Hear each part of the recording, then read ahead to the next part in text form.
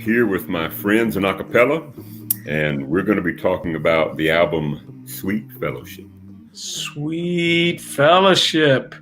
Is this not a pivotal album? If you can use that word. Major pivot. A seismic shift? Not just in the music, but in lives and families and what happened. Mm-hmm. So let's talk a little background. Hey, first of all, as we're looking back at these different albums, if imitation is the sincerest form of flattery, don't you think that this album is the most covered of any of the collection of songs you guys have done? In multiple languages. Why is it? Why is this one the one out of all the albums we've recorded? Personally, I think it was because of the focus on simple 4-part harmony, and yet everyone had their own standout part. It wasn't your average 4-part. Let's all sing something off the lead line and make it a quartet kind of thing. It was 4 individual parts that formed a whole. And it was unique and different, and it had of course, the sound was real different too from one album to the next. Big change, and we'll get into that. But I think it just appealed to people and lots of groups out there. And you still hear groups. I mean, almost weekly, I get a new Brazilian quartet sending me a cover of Sweet Fellowship or Now to Him or something. Really, really cool. A bunch of great, catchy, sing-alongable melodies. And that makes it appealing too. So, but anybody could be on vacation in the car and say, "Hey, you sing this and you sing that," and you can do that without having to put 8 voices together and have sheet music. And but I love hearing people sing these songs, and it just brings a smile to my face. Let's catch up first on what was happening before Sweet Fellowship and leading up to this time. And we'll start with Rodney. Rodney, you had been in the group for what, 3 years at this point? Yeah, I think it was about 3 years. And the last 2 of those years, it was just me and you. Mm-hmm. The 2 of us singing with tracks. And then, as we have discussed earlier, that we formed the vocal band who kind of stood in behind us. So what had been happening up until this point now was a radical change, and for the better, I would say. Well, with AVB, I mean, there were 7 of us on stage, but I really was overtaxing my voice. I can see clearly now in hindsight, I was teaching everybody, AVB and everyone, the parts by. I know where you're going, Mo. Yeah, sorry, I couldn't help it. You said the line. Exactly. And then, let's see. And then I was booking the group. So I was on the phone constantly calling, trying to get us dates for the tours. So I was using my voice on the phone. And then during the concerts, I was singing the lead. Of course, Rodney was singing very hard and heavy as well. But then I was emceeing a lot. And then after the concerts, you guys realize this, some of the hardest things on your voice are the ambient noise in the foyer, where you're trying to talk above speaking over the crowd. You've been in a restaurant where your voice is you're having to almost shout to someone that's right next to you because the music and the ambient noises. Long story short, we were in Rodney, was it Michigan, Flint, Michigan, when my voice left the auditorium. Like Elvis. That really happened. Yeah, that's where I was born. Matter of fact, Flint, Michigan. Wow. And Rodney's fault. That's put a little hex on him. One of our original jokes was when Rodney was born, the doctor spanked him on the behind, and he went. But we were in Flint, Michigan, and my voice just left right in the middle of a concert. Yeah, how embarrassing. Fortunately, we had AVB backing us up then, Rodney, and I think Brett Testerman stepped up, and for a couple of concerts, several concerts, they stepped up, and you guys had to do it without me. So that was a really challenging time. And anyway, I'll make this short. it was during that time where I had severe laryngitis and went to the doctor, and he prescribed silence for a long time. And Sharon was happy about that. I would write with a note and did some self-examination and say, well, I just can't do everything. So what should I give up? And that's where I started thinking, well, maybe I should focus on producing and songwriting or managing and get into that vein and replace myself. Because I know we've got a great bass and a vocal band. But that's kind of what led to this configuration. Mo, how many times did I try to get you to 3 in some form or fashion? 3. Oh yeah. The first time I was a junior in college, and you came through with His Image to Lubbock Christian College, and of course you were always, had your eye out for young talent, and talking to people, everywhere you went. Who do you know? Who do you know? Somehow you got my name and found me backstage after a concert in June of my junior year, and we got to talking, and you said, I got this idea. I want to form a backup group. I'm going to call it Acappella Vocal Band. I'm going to have 10, maybe 12 different guys, and we're going to sing. They're going to sing the drums, the horns, everything, the flutes, and you named all these different instrument parts. I said, Keith, that sounds great. Because I knew that I wanted to be part of a ministry like that. George, that sounded like something I would have tried to think. That would have scared me too. So I said, yeah, that sounds great. But of course, I'm engaged. And man, you said, oh, okay. Boom, you were gone. Later. Later. Hey, See you later. had limited seating at that time. Limited seating. Of course, I didn't marry her, so it came back around. I graduated college and had already taught for a year in the thriving metropolis of Crane, Texas, and you contacted me like it was April, I believe, of that year, and told me that you were having problems again, and not again, but you're having problems, and you. No. I'll back up. You were looking for a tenor and a road manager for AVB. That's what it was. And again, I said I was very interested, and so I met you at Encounter, and we talked about it. But I had already promised my school board I was coming back. I promised the local church I was coming back, and I felt I couldn't really. So that was the second time you turned. That's the second time. So I left you a note. I didn't even tell you. I just left you a note on the door, and that I couldn't. I'm still crying over that. I thought that's the end of that, and then almost a year later, before it was time to sign the commitment papers, you called and said that you're making a change. And this time it was for Acappella. And so I flew up on spring break, and we basically just sat around and ate a lot of food and played instruments and joked around a lot. I sang a little bit, but not much, and went from there. Wow. So you basically were playing the game and holding out for the best situation. Is what it boiled down I to. said yes, early. Lots of instruments, AVB. I mean, Yeah. I could have been Brett Testament, and I never would have sang with you guys. Wow.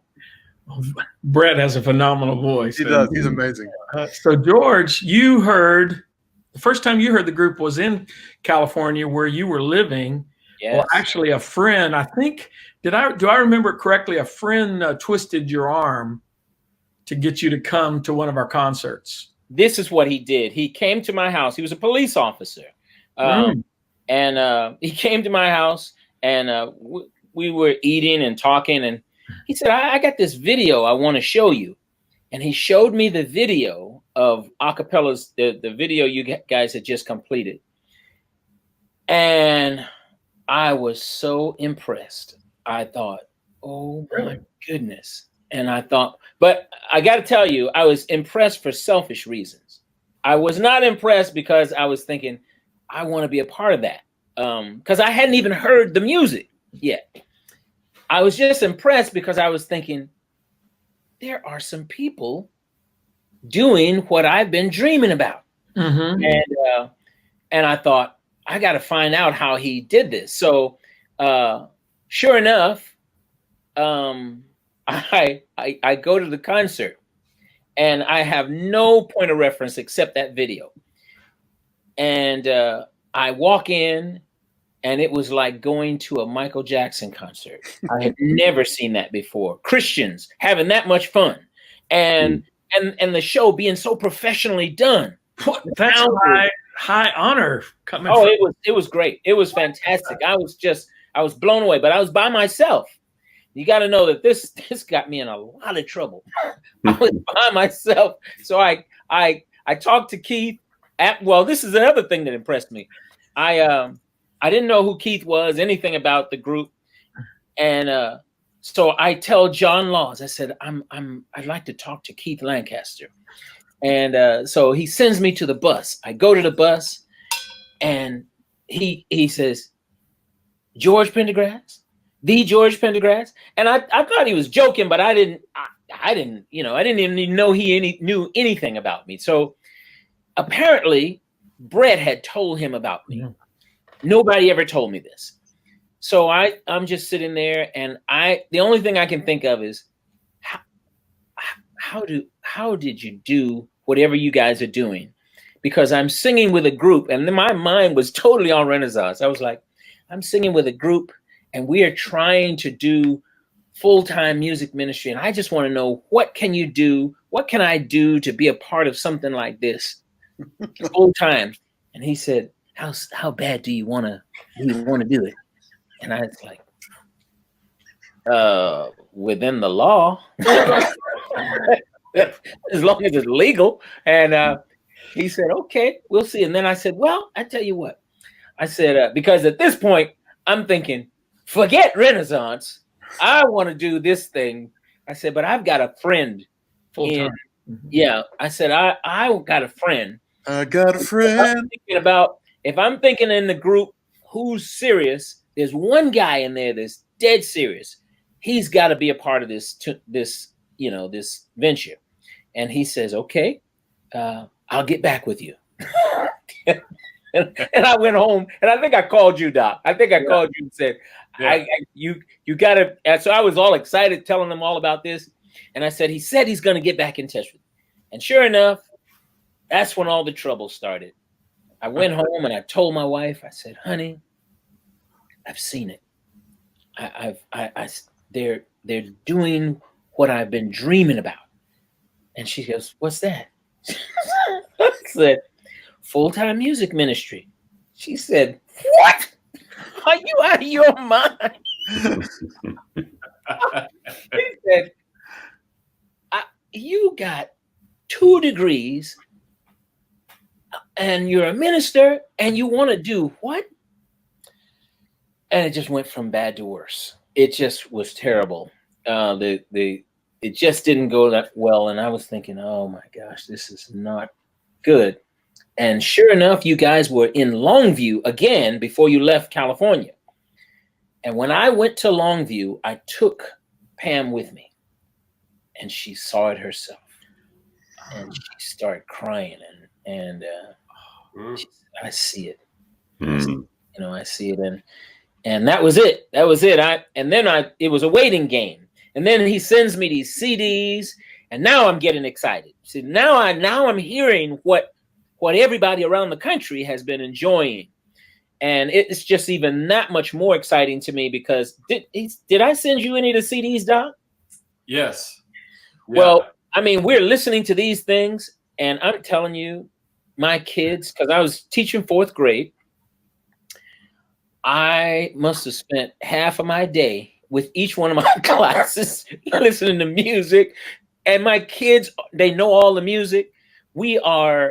It was just wonderful. We were just falling in love with Acappella and stuff that I'm finding out later that everybody else around the country had been excited about. But when you hear it, you know it. When you hear good music, you don't care where it's from, you know it's good.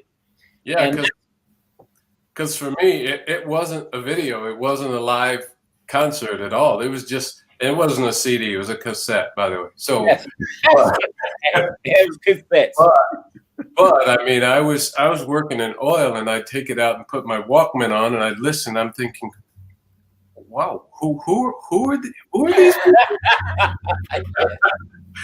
And so it was a while later, I just fell in love with the music. I would listen every single day because I'm just like the rest of you. I was in every note and I'm like, oh my goodness, this is amazing. This is absolutely what I just love this. And then George called later and said, you wanna move to Tennessee? I said, what? Tennessee. I said, boy, you done lost your mind. Again. But he's in California and you're in New Mexico. Yeah. But I kept listening. I said, Doc, we need to talk, so. Yeah. So it affected us both the same way. We love, good harmony and good messages and music that touches you. And so we knew there was something special going on as far as the music is concerned, but we didn't know the spiritual aspect of the ministry. And that's when you invited us to Paris, Tennessee, that's when both of us and all of our families became hooked. Because the Lord was front and center. Right. It wasn't the music yet. When we first got there, the Lord was front and center, and we saw that, and it was just who we are. And so, yeah, we were thoroughly impressed with that. The Paris Chapel Church was it was on fire, and you know me, I'm always impressed when I see people who can transcend culture and transcend their barriers and backgrounds. And I'm seeing black and white people joining together, singing and not just singing. I mean, they were sharing and loving on each other. And I'm like, oh Lord, something's happening here. And I wanted to be a part of that. And sure enough, I'm so glad that we brought our families, because there would have been no way to explain and share that with your family afterwards. There's no way to explain that. And so you really asked us a lot, because Waverin's in the oil fields, and I'm sure he's making good money. I'm teaching and preaching, making just a small living. But in California, you have to work 2 and 3 jobs. My wife is working another job. So we've got 3 jobs amongst us, and we're just making ends meet.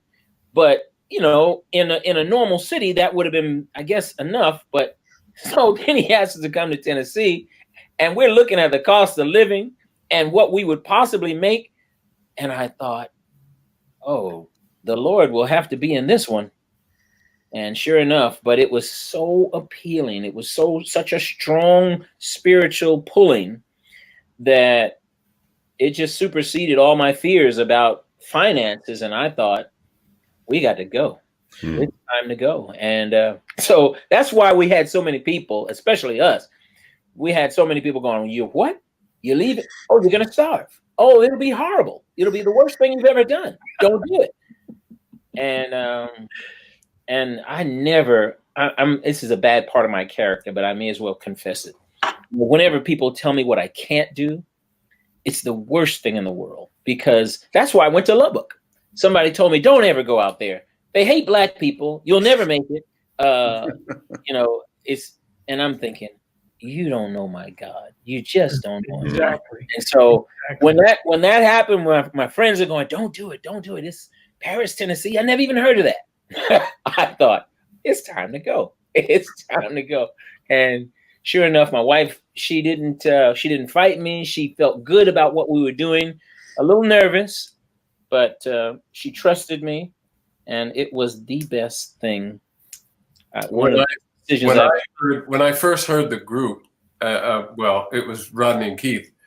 I thought, there's no way a human being can sing. It's just simply not possible. I've not seen it, so it's not possible. Really? I had not heard anybody sing that low. I hadn't. And I've heard a lot of singers. But I had been around a couple of good singers up until the time that you guys joined. But I'm telling you, what a blessing God just kissed your voices. George, Wayburn, Gary. I was telling Keith earlier that growing up, I always had a low voice, even when I was a kid in elementary school. So I thought it was a curse. I got made fun of. I got called a lurch, from the Addams family, and they were always wanting me to do, say weird things with this low voice. And so I always wanted to, to sing the lead, to sing the high tenor. And being a child of the 70s, all the rock bands, screaming tenors, that's what I wanted to sing. and then you guys come into the group, and the soulfulness and the high notes. I was jealous, man. I'm telling you. I thought, man, that's what I want. I want some of what these guys have. But as you know, it takes all of us to make a group. Yeah. You got to have it all. So, yeah. And even to this day, when I go back and listen to some of these old songs, listen to Traveling Shoes, I just feel so blessed to have been able to work with you guys. I remember our first concert. Yeah, I mentioned this on the last one, the last album we talked about. But our first concert was at the Grand Ole Opry stage for a big youth rally in Nashville, and no one really knew that the change had happened. And so they introduced Acappella. It was, and the crowd went nuts. And out walks George, and it's kind of like, huh? Because I feel good. And then out came Wayburn. And that was me. I was second. Yeah. And it was more like, and then the crowd starts getting kind of quiet. Then comes Wayburn, and they're all looking in total confusion, and no one knows what's happening. And then Rodney walks out, and the roof about falls. The place goes nuts. Yeah, it was a great, but that was a gutsy move, Keith. That was gutsy. Yeah. Because we didn't. I don't remember us going through any major explanations as to how all this. We just, our music said it all.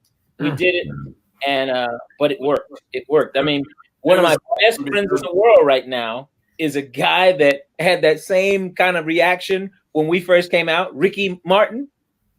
He was not happy. he went as far as go, where's Keith and Rodney? And who are the two black guys? I want the two white guys. And, we laugh about that today. We just crack up about it. But he said he waited, and by the end of the concert, we had won him over. And so, I think that happened for a lot of people. We had a major. I know this is not what we're supposed to be talking about, but I just believe that just like our music won people over, just like it was hard to transition, it wasn't anything people were used to. That cultural change was something people had to get used to, but it worked. I just believe that if people spend time with one another, if they just get a chance to hear and listen long enough to each other's heart and listen to their story, there's all kind of stuff that happens. And I'm telling you, that was the best social, it wasn't an experiment, but that was just the best thing that could have happened to us. Not even counting the music, just our lives that were intermingled together for 7 years, and children. Yes, and children, and it's just, it was wonderful. I cannot say enough good things about it. It's the way the church is supposed to be, and you guys totally transformed the group for good. Well, tell me about what it's like to move from Los Angeles and Lubbock and New Mexico to my hometown. I love my hometown of Paris, Tennessee, but it's quite different from Los Angeles. What was it like becoming a resident of Paris, Tennessee? Well, if you know, I'll just start with me. I'm originally from New York City, so a lot of my background has always been in the cities. Yeah. And then coming to Paris, Tennessee, strangely enough, this was an answer to my prayer. I didn't realize that because I had had enough of cities. And by the time I was in Los Angeles, I was really hating, city life because although I love the ocean and I love the beauty of that, but I love the outdoors and I love the beauty of nature. And here I am in the middle of the most pristine, how would you describe it? It's just all beauty, greenery, and I had spent time in Lubbock, so I was thrilled with being back in greenery. Trees, and lakes, and lots of, and the people are as nice as, scary nice. Where I had come from, it was like, like on Fridays when we went to get our check or went to cash your check, you waited in a long line around the block sometimes. And when you got in, you were just another number. Please move. Don't talk. Don't look at anybody. It was just that kind of environment that I had been used to. Get to Paris, Tennessee.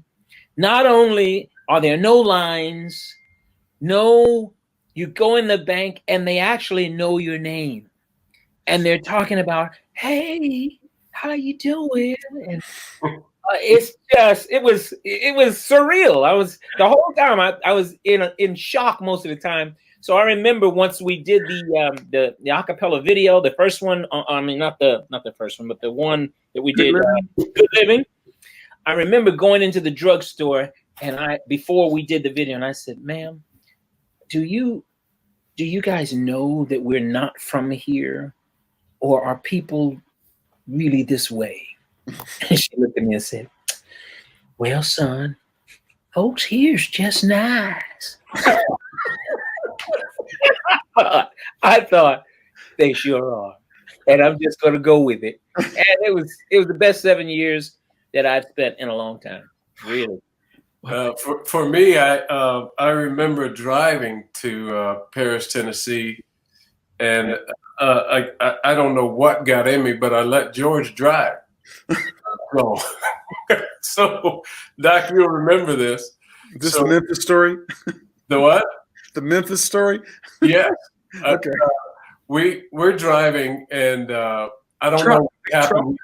I'm sorry? Was it a truck? A big? No, go ahead. I think it's a car. The same one that I'm thinking of. Oh, go ahead. Maybe it's not the one you're thinking of, Mo, either. But anyway, so we're in Tennessee. I don't remember if we were, but I think we were actually in Paris or close.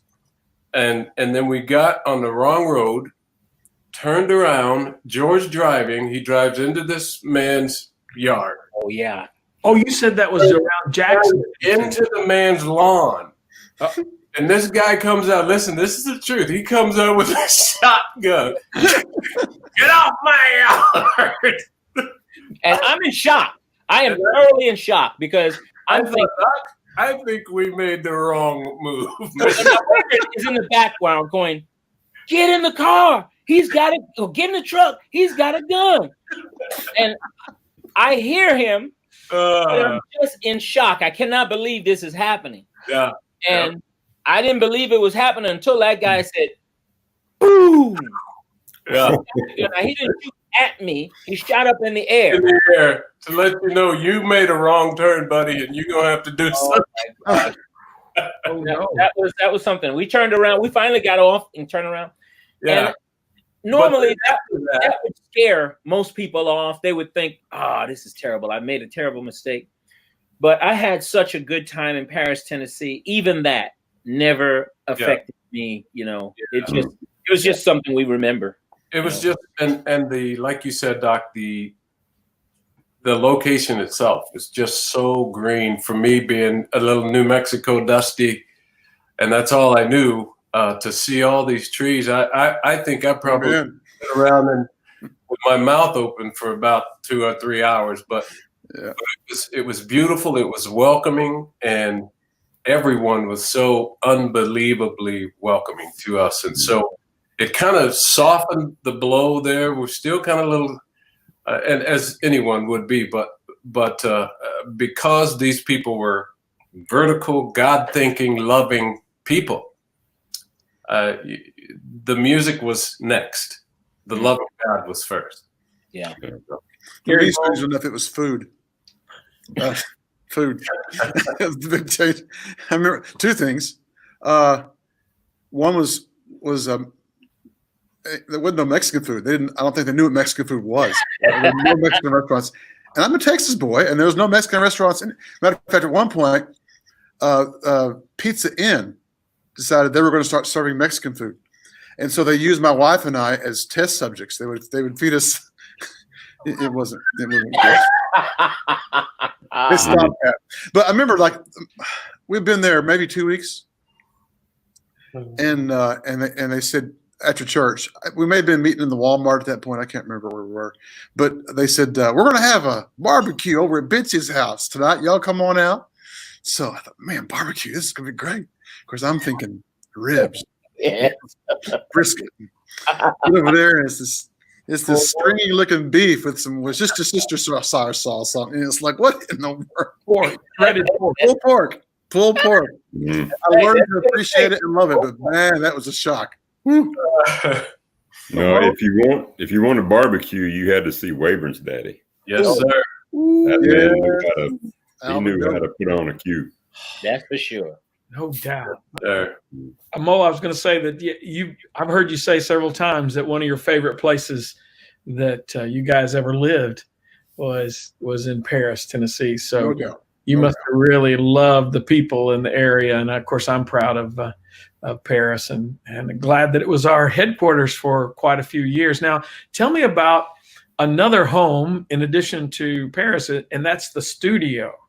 It wasn't long before we started living in the studio, late nights and days and nights and hours upon hours. And John Laws comes to mind. Tell me some of your memories, especially in the early days there when just getting started on our recording. Well, for me, this was, although I had done studio work before, but never like this. This is studio on steroids, because I think most people that are familiar with a cappella music, most people that are recording, they are used to listening to some people that know a cappella music. They'll listen for a little while and think, "Oh, that's great," and but the music at this point, most of the recording that we were doing, it was precise. You had to be and I was not used to that. They were listening to every single note and had to do it over and over and over again. And you had people more than just yourself listening to the sharpness and flatness of notes and how accurate everything. I had just never experienced that before, and I thought, this is a new world for me. But I loved it. It was great. We quickly developed terms. Go ahead, Rodney. Go ahead. Well, I was just going to say, when I first started recording before you guys joined, man, I had to grow a tough skin because, you get in there and you think, man, I nailed that. That sounded good. And Keith was like, no, just do it again. Do it again. Okay, so do it again, and you know what? That was good. Let's try it. Let's try it one more time. So that means something's wrong every time. Flat or sharp or something. And after a while, you take it personally, but it's not. It's just that striving for a quality that is maybe most people would have settled for less, but it's just that quality that you just want it to be the best that it can be, not just for yourself, but because this is for God. I mean, you're trying to put a product out there that's going to touch lives and hearts. And I remember early on, I mean, I just had to grow a tough skin because you take it on the chin, enough times, it kind of hurts. And then there are times when, you just kind of lose your ears. You just have to walk away from it and say, let's come back fresh tomorrow, because I can't get it right. I just cannot get it right tonight. So I remember a lot of those nights. Oh, me too. We developed, terminology for lots of different things. One of them was the line studio position, which was any vertical, any horizontal space available where we would lay down and get a couple of minutes of shut eye. It was very common to see, with the four of us, had four mics set up in the room in the big studio A. Whoever's turn it was, the other three were laying out flat in the studio, watching the person recording, or maybe on one of the couches in the control room. But we spent a lot of time laying down trying to catch up from our sleep we were missing, because there was many, many, many hours in there. I think what a lot of people don't realize, sorry, Weber, No, is go ahead. that, our traveling schedule was so heavy. It's not like you just had 6 months off to record. So you're trying to squeeze a session in, you got 2 or 3 days at home. And so you're trying to make the most of that time. And, when you guys joined, you know how it is when these four guys step off the stage, people want to buy a product that they just saw. Mm-hmm. And so we needed a new album with you guys on it. People were still buying, the old stuff that Keith and I had done, and even his image, but they wanted Gary, they wanted Wayburn, they wanted George, they wanted Rodney, they wanted the configuration that they had just seen. So it was really, imperative that we crank out an album as soon as. How long was it? I know I reported. I was the last one to get there of our crew, and I came on June 6th of '88. How long was it before Sweet Fellowship came out? Was that October?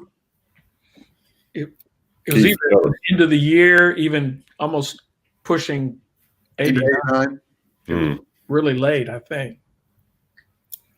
Yeah. I guess we slept too much in the studio. Yeah, I mean, you really had to love your craft, or you would have walked away. You really have to love music. You have to love what you're singing about and the purpose of what you're doing. Otherwise, you just simply wouldn't make those kind of hours. It was tough. It was tough, and it was a learning curve, I think, for most of us, with exception of Rodney. You'd been doing it for a while, but it was a learning curve. The studio was for us, and and like Doc said, not only did you have to do it perfect one time, you had to do it like 3 or 4 times the same thing, and this thing called doubling. I'm like, what? But yeah, it's a beautiful thing, really, when you think about how you have to commit and give yourself to that thing that you really love. And that made sense as to why we were able to move to Tennessee at that point. But with all the families and all the people involved in such a large transition from just Rodney and me on the as far as being a cappella, and now we've got that many more people, including ABB. You guys, you had to be on the road in order to sustain the ministry. Yet, when you had time, a few days at home to wash clothes and rest, it was studio time. Did you put more time in together on these first albums, like this very first album, than later on? Several albums later, it was easier to just say, "Hey, Mo, come in and make an appointment and do your part." The way you read of the Beatles doing that later on in their lifespan, where George or one would just come in by himself and do things, even though it was a band. For the first album and a half, 2 albums, you were there for everything. Yeah, and you needed to be, because and you needed us all there at that point, because you were hearing things at this moment and you thought, well, maybe this voice will do good here. And we're all learning at this point. And George, you try this. Doc, you try. Gary, you try this. And I think it was great that we were all there and accessible for the sound of. We didn't have our studio ears yet. That took a while to get. The studio is the great Equalizer. educator. It improves anyone as a singer, as a musician, working in the studio, Or not. or not. Right? Exactly. Yeah. Yeah. It was a challenge to your ego. If you say we're a decent singer and you come into the studio, it was a very big challenge to take you down a peg, to help you to realize no matter how good you think you are not used to this. You don't know this yet. And boy, those times were really very challenging to me. Those times where John Laws would go, "It's going to be great. Let's take a little time and go home and think about it." I was like, "Oh my goodness!" And but that's what everybody needs. That's and what. That was remember that was the early days, and the wonderful tender John Laws. Later on, it was you frat. You frat. Yeah, they were kind to us. They really were. I mean, we learned so many things in such an interesting setting, but we also learned a lot about one another because we were spending so much time together in the studio and on the road together. That was a great opportunity for us to learn, and we just had lots of fun. We developed new language, conversations. I don't know. I look back on it. I'm not sure how you three did it, because most folks don't realize that your wives didn't travel, right? And so when we come home, they're ready to see you, and then you take off to the studio. That must have been hard. Yeah, that was challenging. That was challenging. Yeah. Of course, I was free. I was single. I was free. I could do anything I wanted to, except eat Mexican food. Traveling. The families did start traveling. Yeah. Oh, yeah. Certainly. Yeah. After a period of time. Yeah. But that first year, our families didn't travel full time with us. Right. And so that was a little bit interesting. But honestly, if I put myself in Keith's place, that's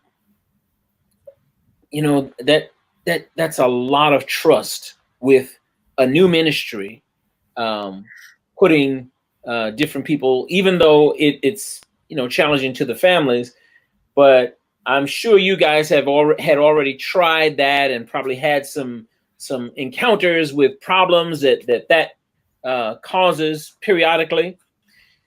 But that's a lot of trust to take your whole ministry, your whole lifestyle, and trust it to people that you don't even really know that well, and their families and the children. So that could have, I can see that you had to develop an understanding as to who we were, what, our level of maturity, how we would get along, and it worked out. It was just a little challenging at first. And we bonded. The four of us bonded quickly, which right. may not have happened had the wives been there. I don't know. Well, Wayburn really nailed it earlier on when he said it was God was in the middle of it all.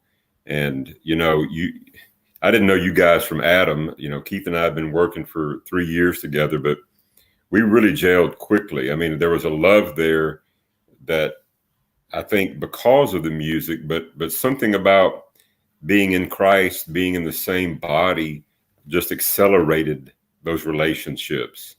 I can't explain it except that way, that the Spirit of God really, was the glue and really accelerated, a relationship. In a year, it felt like I'd known you guys for a lot longer than that.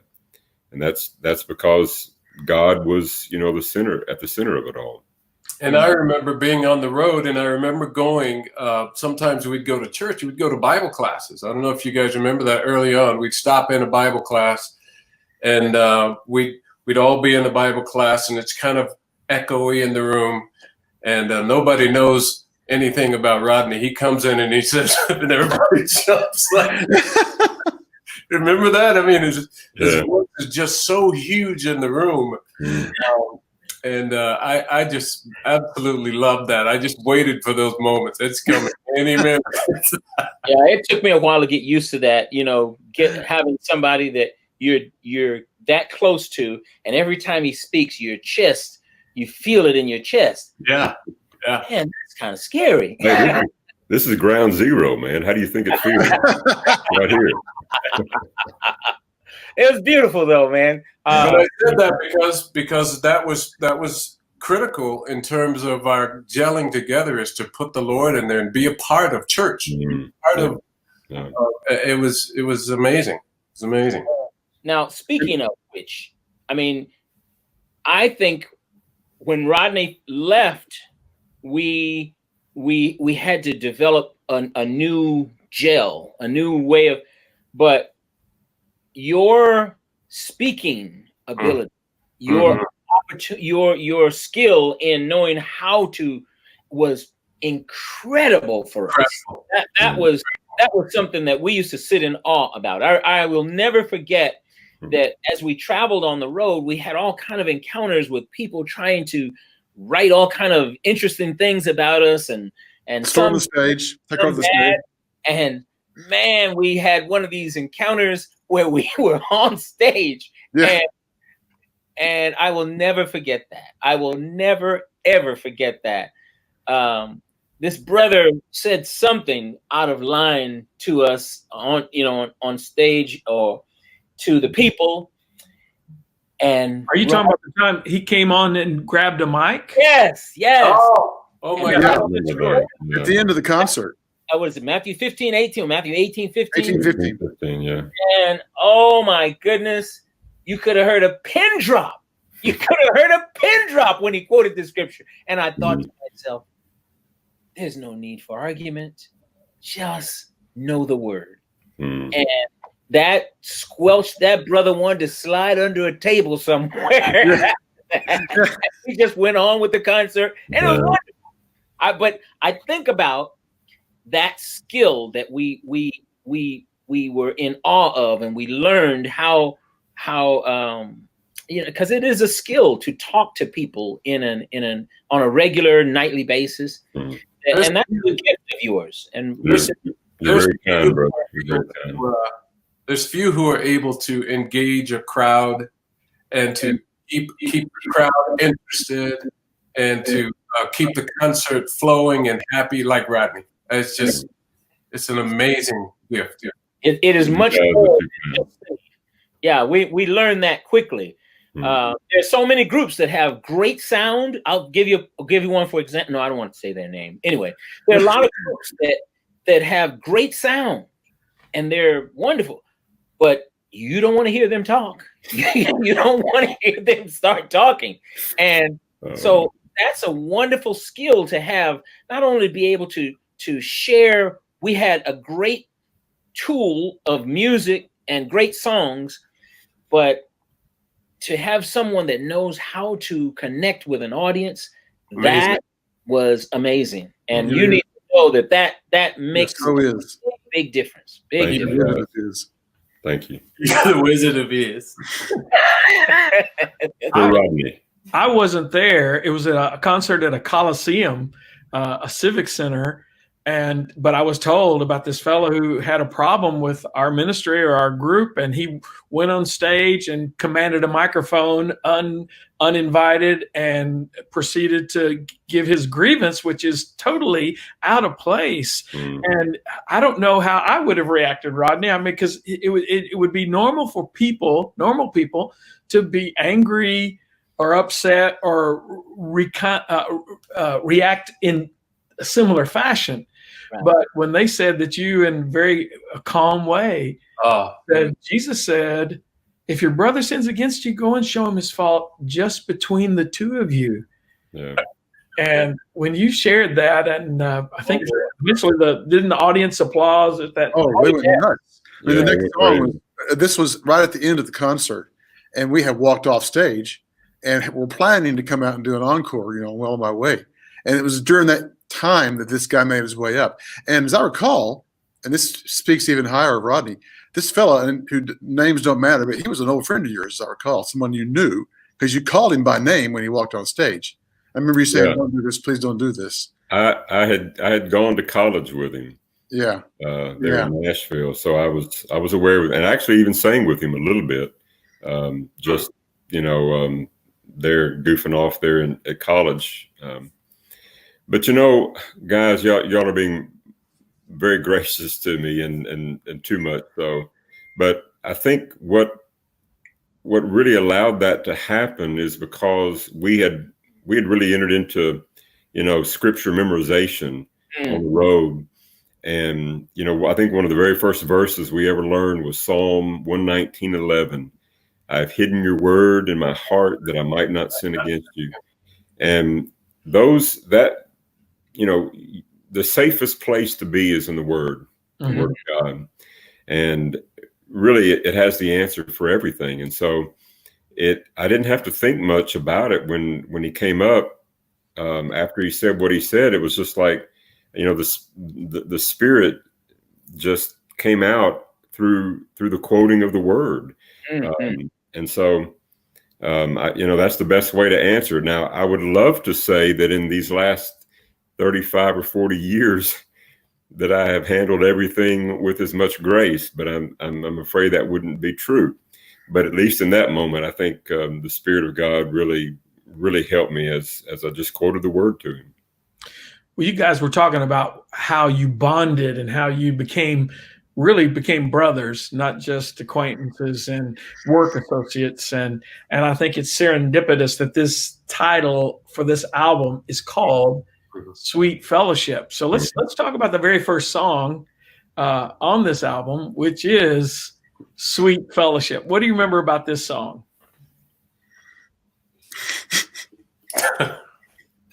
Mo. No, I'm not. No, y'all go ahead. Well, I remember, if I'm correct, didn't you write this with Scott in mind, or Scott Mosley? Yeah, Scott Mosley. Mosley, yeah. Yeah. That was something that was fascinating to me. We had been used to Wayburn and I had been used to being around a writer, Sylvia Rose, who actually would write a song with a person in mind. And she would tell a story about it and how this person made her, the dream that she had and how it affected her and how it applied to this person. And so it was fascinating to me when you decided to do that type of approach with Sweet Fellowship and Scott Mosley, because we all knew Scott Holmesley, and we all knew him, and knew that was a very accurate portrayal of who Scott was. He had just helped us finish up our studio before you guys came. I think, Rodney, when it wasn't long before the quartet came together that we were finishing the studio. Yeah. We'd been down in the Studio A, I mean, is the Studio A. Yeah, we had been down in the basement for years, recording, and he had was converting your mom and dad's log cabin into a studio. So yeah, that was brand new, and I think that was sort of a phrase that he had often used, just about brothers and sisters in Christ. What a sweet fellowship there is in the body when we're all one together in Christ. It's just a sweetness to it. Which is a biblical word and phrase. And I had, in Paris, I had been part of the madrigals and the choir, and I was mesmerized by these lines and counterpoints, and especially in the madrigals where everybody would sing a different line. And so musically, that's how this started coming about. I thought, well, what a great way to explore the possibilities with this brand new quartet. So the fellowship, where everybody's doing something just a little bit different. But I love the intro, where you're doing the bum bum bum bum bum bum bum bum bum bum. Yeah. And then you guys started throwing in some unauthorized things that sounded great. Always. I think it was way to go boom, boom, boom, boom. Wait, That's too many pum pum pum pum pum.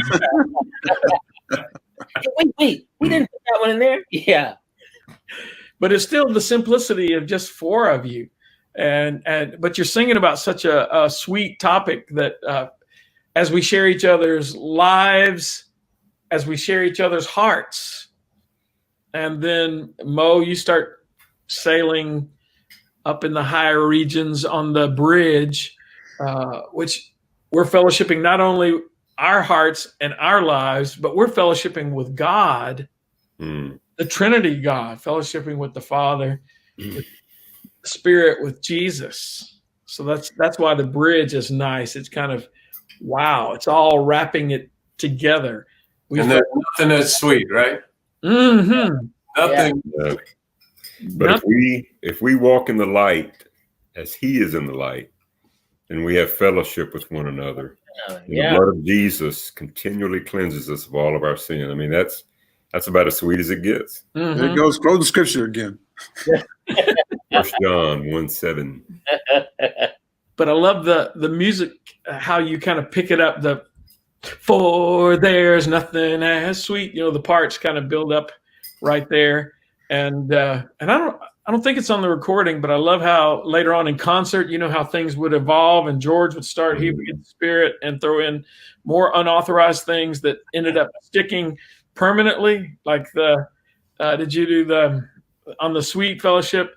We're talking about sweet. I don't think that's on the recording, is it? It is. I can't hear that song now. And I don't think Acappella ever sings it now without those additions that were added later to the other canon, later versions.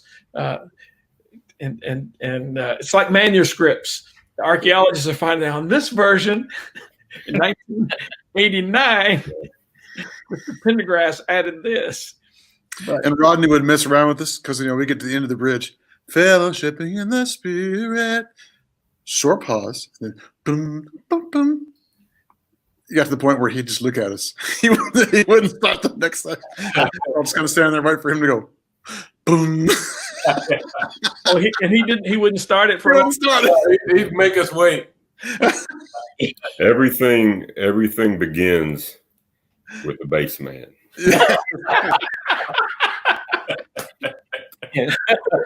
But I have to say, I love that.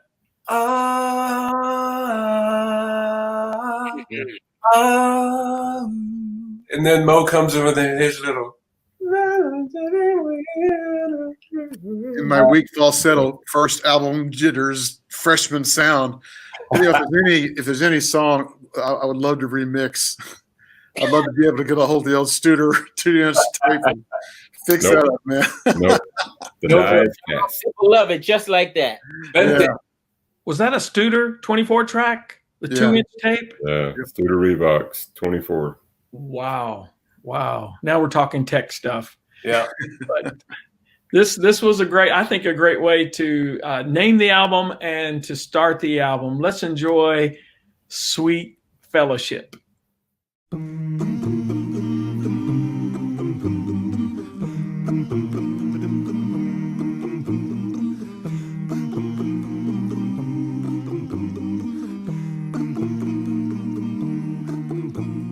Fellowshipping with one another as we walk in the light. Fellowshipping with one another as we walk in the light.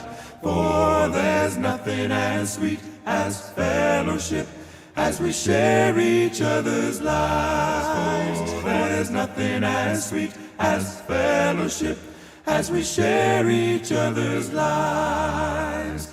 When we give our hearts to each other, you can feel His love inside. When we give our hearts to each other, you can feel His love inside.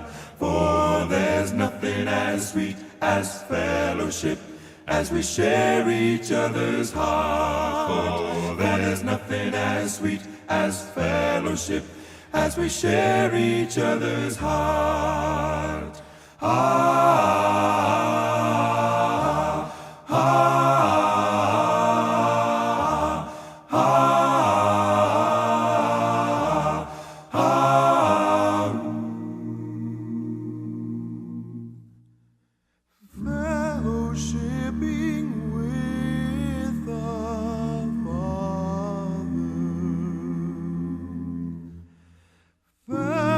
fellowshipping with the Lord, fellowshipping in the Spirit, fellowshipping with the family.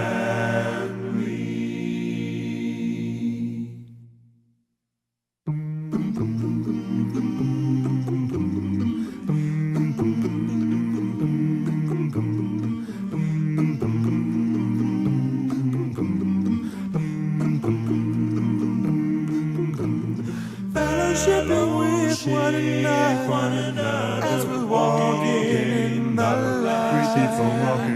Fellowshipping with one another as we're walking in the light. For there's nothing as sweet as fellowship as we share each other's lives. For there's nothing as sweet as fellowship as we share each other's lives. They're talking about sweet fellowship, sweet fellowship, sweet fellowship.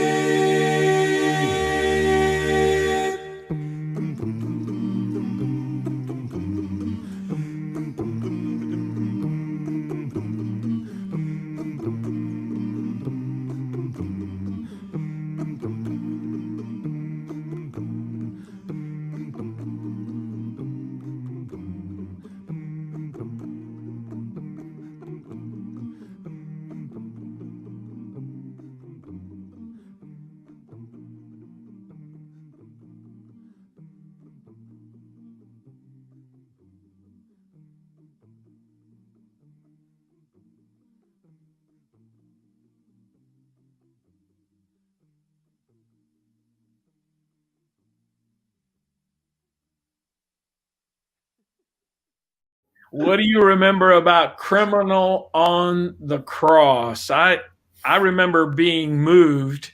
Max Lucado is such an inspiring writer. One of the chapters in his book was called Tale of a Crucified Crook. Yep. And when I read that, I was just so moved and wanted to write this song, but not use the words Tale of a Crucified Crook. I said, I'm saved like the criminal on the cross. But I like it how, let's see, George is first. I'm saved, and then Mo, and then let's see. The baritone and the bass come in together. Yeah. So what do you remember about this song, recording it and singing it live? I remember Bill Gaither. Go ahead. What, George? I'm saying I don't remember anything about the recording process at all. Me either. I just remember all of the singing, the performing. So maybe you can tell me some about the recording. I kind of just blanked out on what the recording was like on this particular song. I was going to say, I remember Bill Gaither loved this one a lot. I mean, that was kind of our ticket into the homecoming videos was this song. And I remember the key change was always a challenge. Oh, yeah. Yeah, you never quite knew exactly where George was going to change the key to, Might have been a half step, might have been a full step. Full step? Oh, Right. my God. And Yeah. I was the second entrance, and I had like a millisecond to get it. So I was like, where's it going to go? This is another song where I can't hear it, and I don't think it's ever sung without this extra step out that may not have been, if I'm mistaken, it's not on the recording, where George added the "Don't you know that I'm saved?" Did you put the "Don't you know"? I think that was another piece of unauthorized collaboration. It's beautiful. It's beautiful. I like it. And George, how you talked about you and Wayburn were used to going back and forth and bantering, and that was just so like breathing. And so I love it, that the bridge, "Do you know that I'm saved? I'm saved. I'm saved." And then Wayburn comes in, "Through Jesus I am saved. Right. Mercy showed the way. No more for me to say." That was magical. Yeah, but so were the lyrics. So were the lyrics. They were just beautiful. I loved singing that part because that's what happens. His mercy is what it's all about, right? And that's what showed us. I love the lyrics on this one. So George, you sing that first line. Don't you know that I'm saved? I'm saved through Jesus. I'm saved. Sing that, and then Waburn's going to echo you. It's not going to be in time. I'm saved. I'm saved. I'm saved. I'm saved. Through Jesus, I am saved. Wait, you forgot your part. Through Jesus, I am saved. Oh yeah. Oh wow, you even had the eyebrow going on that one. That was good. Still got it. And then George would go, "No more for me to say." And then Wayburn, "No more for me to say." And he did it differently every concert, right? I still don't remember what I did. That's probably why. How in the world can you do it differently every concert and it still sounds so beautiful? When I try to ad lib, sometimes it goes in truly unauthorized. No, that's not true. But I tell you what, we had a good time exploring. I think not all music lends itself to being able to do a lot with. Some music, it's designed or it's written, and even if you try, you can't change it up much. It's not you don't have the space in the song that gives you the liberty to be able to do some of the things that we were able to do with some of our music. So it has a lot to do with a good song. You know a good song because a good song gives you opportunity to make it your own. And I think this is one of those type of songs, because this song changed a lot from the beginning of when we first learned it to when we started performing it and performing it a lot. Like the speed of the song, the additions, the ad-lib additions, all of those. And a lot of that has to do with how you're feeling, how it's making you feel inside. We're doing some interviews with longtime fans and kind of becoming reacquainted with what their favorite songs are. And "Criminal on the Cross" shows up quite frequently as a favorite song. But little do a lot of people realize that song has brought us more trouble and criticism. And the opposite of fans, there are people who just say, "Oh, that song, that's not right. That's not right." Sacrilege. When we wrote it, we were just saying, okay, no one deserves to be saved. No one can earn it. No one's good enough. And if we can agree with that, it doesn't matter whether you're in prison or whether you're the crucified criminal. He didn't deserve it, but God granted him pardon and saved him. I don't deserve it.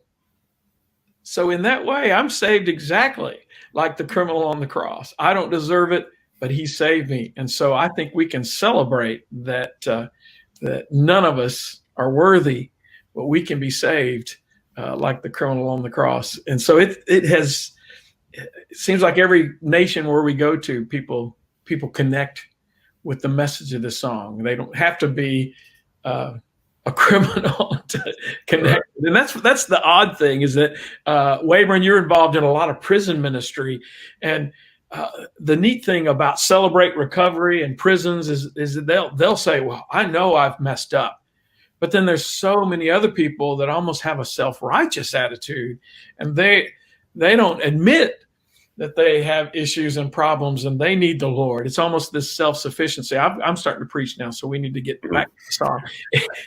Any other comments on this song?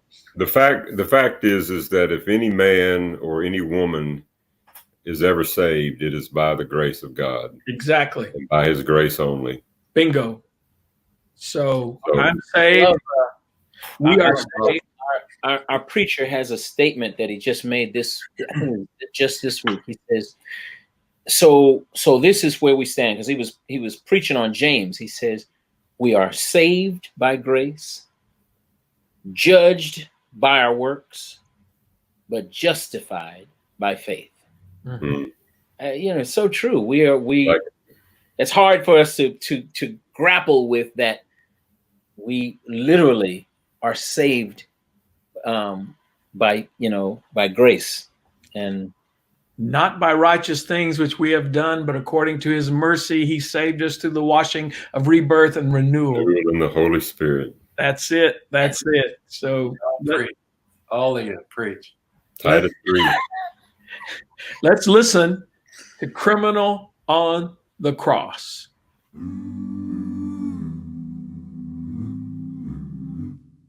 Well, it was many years ago in the time of the Bible that they took him up to Calvary. They could have let him go, but instead they chose Barabbas just to set another criminal free. When they crucified the ever-loving King Master with compassion flowing from his eyes, well, he said to a thief who was begging him for mercy that today I live in paradise. And I'm saved like the criminal on the cross. Praise God, I'm saved. I'm saved. No more to suffer loss. Well, he said I'd live in paradise, and he's taken care of the cost. Hallelujah, I'm saved. I'm saved like the criminal on the cross. Well, on the judgment day, when all the people gather around him and they wait to hear what he will declare, there will never ever be more intense anticipation that has ever happened anywhere. When they call my name to defend my reputation, there is only one thing I can say. I'm a wretch, I'm a worm, I'm a no good sinner, but he said I'll save you anyway. Oh, and I'm saved. I'm saved like the criminal on the cross. Praise God, I'm saved. I'm saved. No more to suffer loss. Well, he said I'd live in paradise, and he's taken care of the cost. Hallelujah, I'm saved. I'm saved like the criminal on the cross. Well, I'm saved. I'm saved. I'm saved. I'm saved through Jesus. I am saved. Through Jesus, I am well, I'm saved. I'm saved. I'm saved. I'm saved. His mercy showed the way. Mercy showed the way. I'm saved. I'm saved. I'm saved. I'm saved. No more for me to save. No more for me to well, I'm saved. I'm saved. I'm saved. I'm saved in paradise today. It was many years ago in the time of the Bible that they took him up to Calvary. They could have let him go, but instead they chose Barabbas just to set another criminal free. When they crucified the ever-loving King Master with compassion flowing from his eyes, well, he said to a thief who was begging him for mercy that today I live in paradise. Oh, and I'm saved. I'm saved. I'm saved like the criminal on the cross. Praise God, I'm saved. I'm saved. I'm saved. No more to suffer loss. Well, he said I'd live in paradise, and he's taken care of the cost. Hallelujah, I'm saved. I'm saved. I'm saved like the criminal on the cross. I'm saved. I'm saved. I'm saved like the criminal on the cross. Praise God, I'm saved. I'm saved. I'm saved. No more to suffer loss. Well, he said I'd live in paradise, and he's taken care of the cost. Hallelujah, I'm saved. I'm saved. I'm saved like the criminal on the cross. I'm saved. I'm saved. I'm saved like the criminal on the cross. Is there a song that you enjoyed singing more than in concert than For the Lost? Yeah. I think the only other one for me would probably be Well on My Way, but I absolutely love singing For the Lost. What is it about For the Lost that makes it special, or makes it special for the crowd, seemingly? It's another message thing for me. We're lost, and without the grace of God that we just talked about, we're lost. And then the beauty of the melody, the harmonies, just a great song. Great song. It's the perfect combination of the power of the message and the power of that arrangement. You know, when we locked that chord, even back then, one chord. There's that one power. That one chord. You know, especially now when we're doing it in concert and we have more than 4 voices. We got some 6 voices, and we can throw in those color notes. And Anyway, it's just the beauty of how the power meets the power. It's a perfect combination. It's the perfect storm. It's a great The song. unauthorized notes, is that what you're talking about? Yeah, they are very unauthorized, but you should have authorized them a long time ago. That's true. I think everybody that sings that is taken by the locking of that particular chord. That is just moving, especially when there's a lot of silence in the audience, and we sing that power that there really is something to musical harmonies that just come together in the right way. It's moving to you, and when you have the right words, it's. And we've talked about this. We've talked about this often, but certain vowel sounds lend themselves to incredible locking. And this is the I sound, right? Help to realize that I sound just locks. I vowel. And the A on came.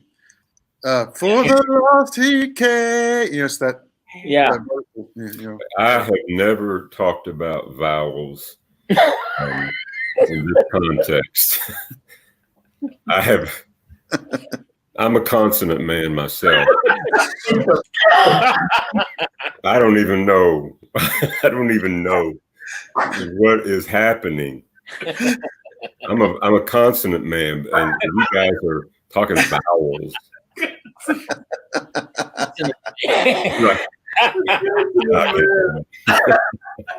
Is there a song about that somewhere? Rodney said that a fan came up to him and said, "What was the words of that song? What did you sing on the words of that song?" He went, "Bum, bum, bum, bum." I never. There are songs I think that we recorded that I probably couldn't even quote the lead lyrics because all I know was. Boom, boom, boom, boom, boom, There you go. You knew what it was. All right. Yeah. Very necessary. Very necessary. Well, that I think to get irritable vowel syndrome. No, he didn't. He didn't do that. That's good. I couldn't help it.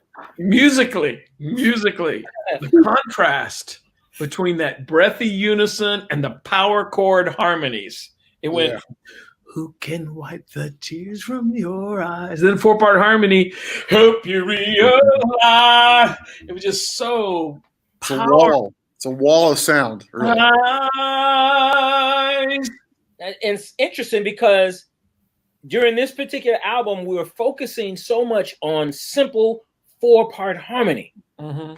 And it's just amazing to me that you can get that kind of sound with just 4 parts. Beautiful. Yeah. That's really powerful. Very different voices too. It's easier when families or voices that are similar, it's easier to get that lock sound. But you guys are so different, all 4, but it sounded so good when you locked into that. But it starts off with a dum dum dum dum dum dum dum. Yeah. We've got to figure out a way we can do this where we can be synced up, locked up, where we can sing together some of these episodes. Anything else you remember about this song, Luke 19:10, for the Son of Man came to seek to save what was lost. So let's listen to For the Lost.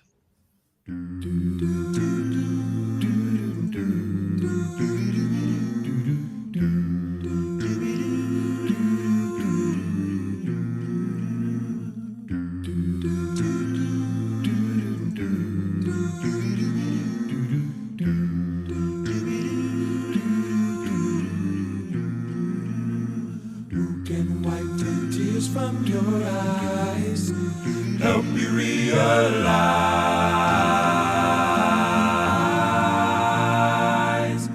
who can take your burdens and cares, ready now to share.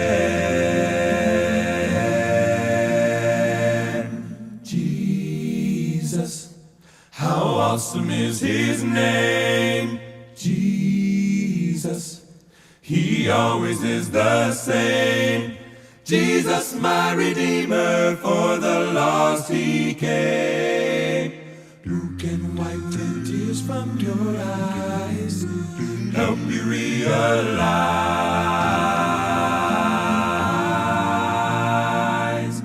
Who can take your burdens and cares, ready now to share? Jesus, how awesome is his name, Jesus. He always is the same. Jesus, my Redeemer, for the lost he came.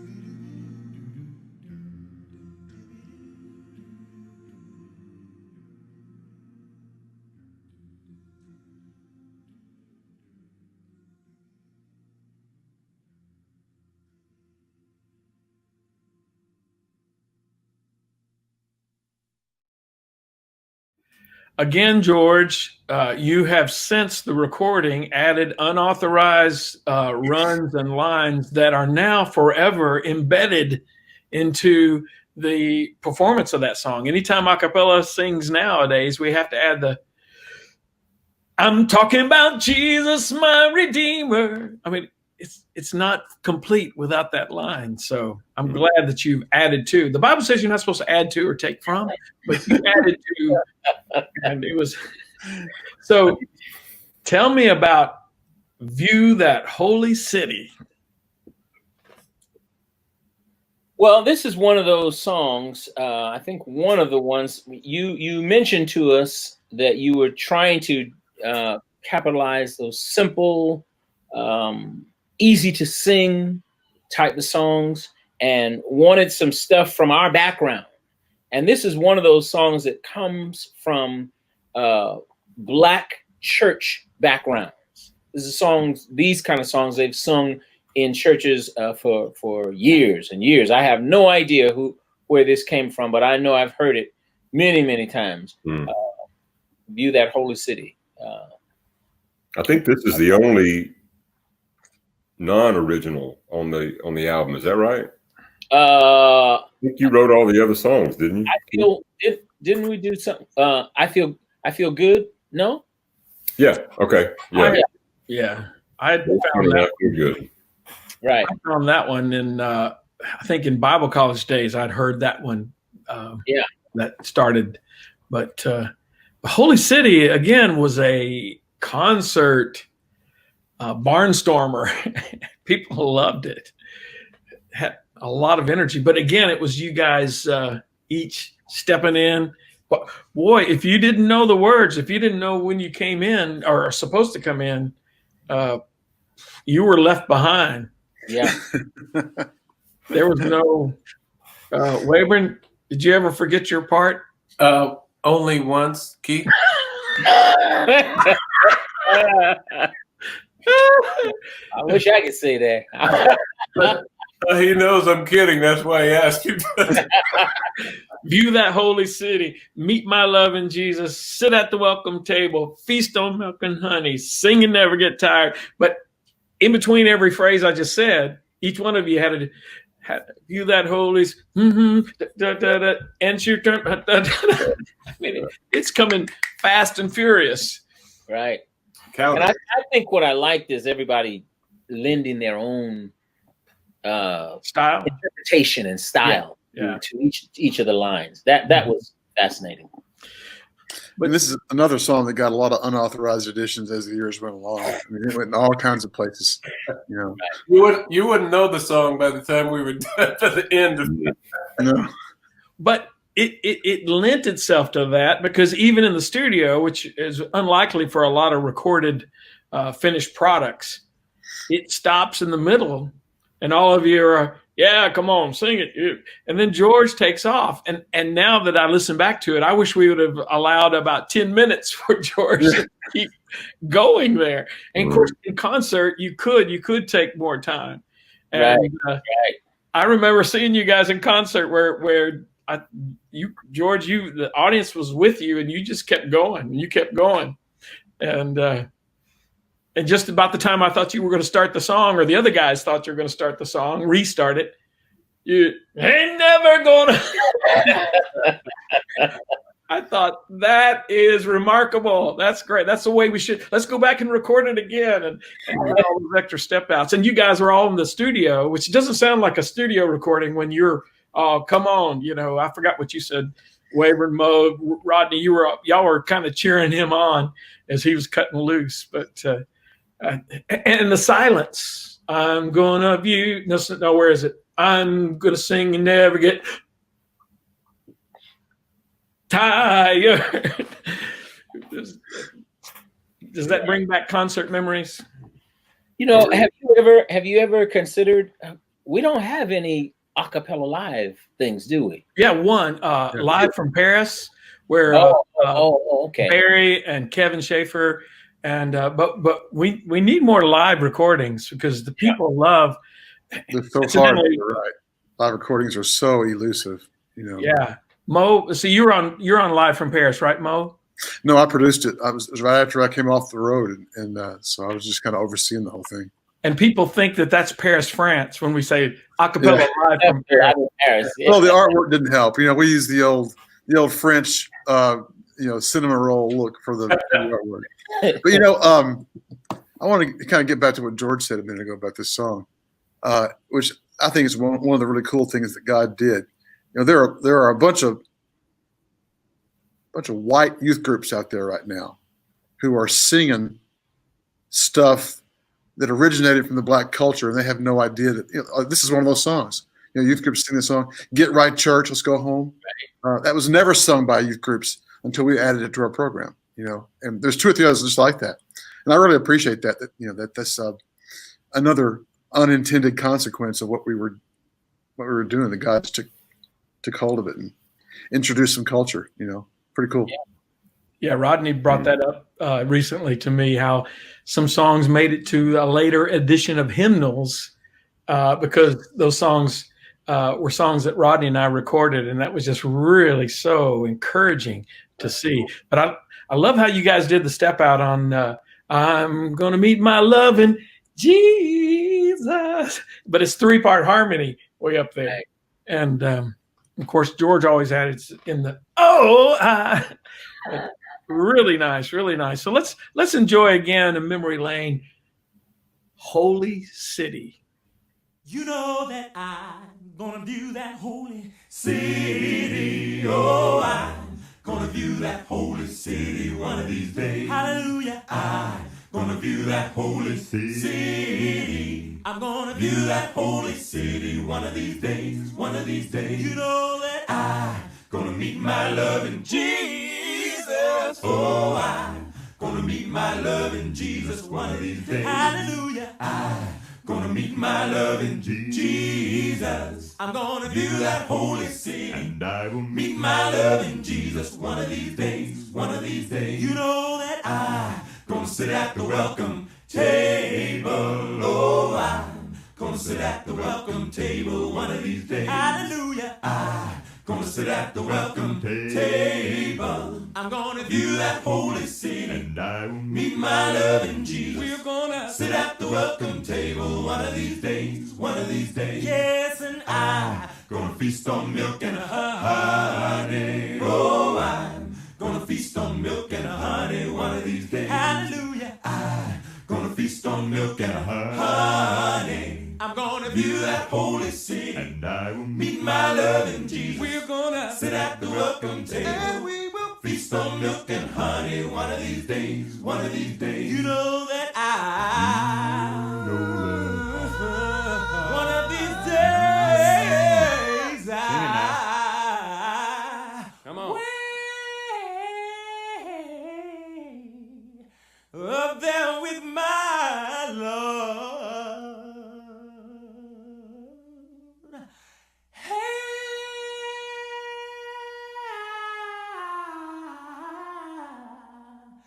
won't be tired no more. You know that I'm gonna sing and never get tired. Oh, I'm gonna sing and never get tired one of these days. Hallelujah. I'm gonna sing and never get tired. I'm gonna do that holy sing, and I will meet my loving Jesus. We're gonna sit at the welcome table, and we will feast on milk and honey. Keep singing, singing, never get tired. One of these days, one of these days. You know that I'm gonna view that holy sing. Oh, I'm gonna view that holy sing. What I see, I'm gonna view that holy city. I'm gonna view that holy city, and I will sing and never get tired. We're gonna sing and never get tired. And we will sing and never get tired. Oh, we're gonna sing and never get tired. One of these days, one of these days.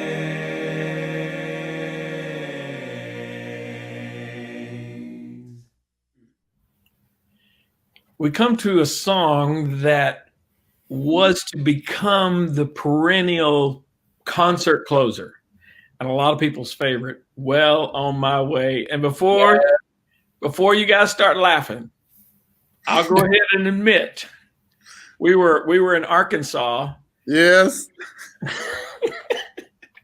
Let me tell it. You tell me if it's correct.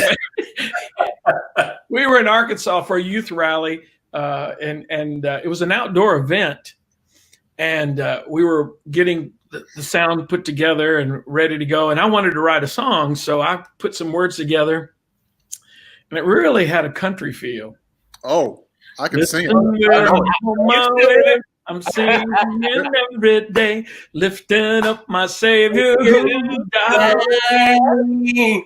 And my soul will cry, I'm completely satisfied, all because I'm well on my way. Yeah. Do you have to always put that? What was so bad about that? I thought that was funny. Rail on it is not country. The Savior who died. So I presented to you guys, Oh. and I don't know if you said it was unauthorized, but you said it shouldn't be authorized. So I put it in my pocket. I had it written down on paper. I put that in my pocket. And then we went out to the microphones and the sound check, and we're just wanting to test out the subwoofers and the sound, and they weren't ready for the official sound check, but our mics were on. And so you started playing with it. Oh, and then the accent.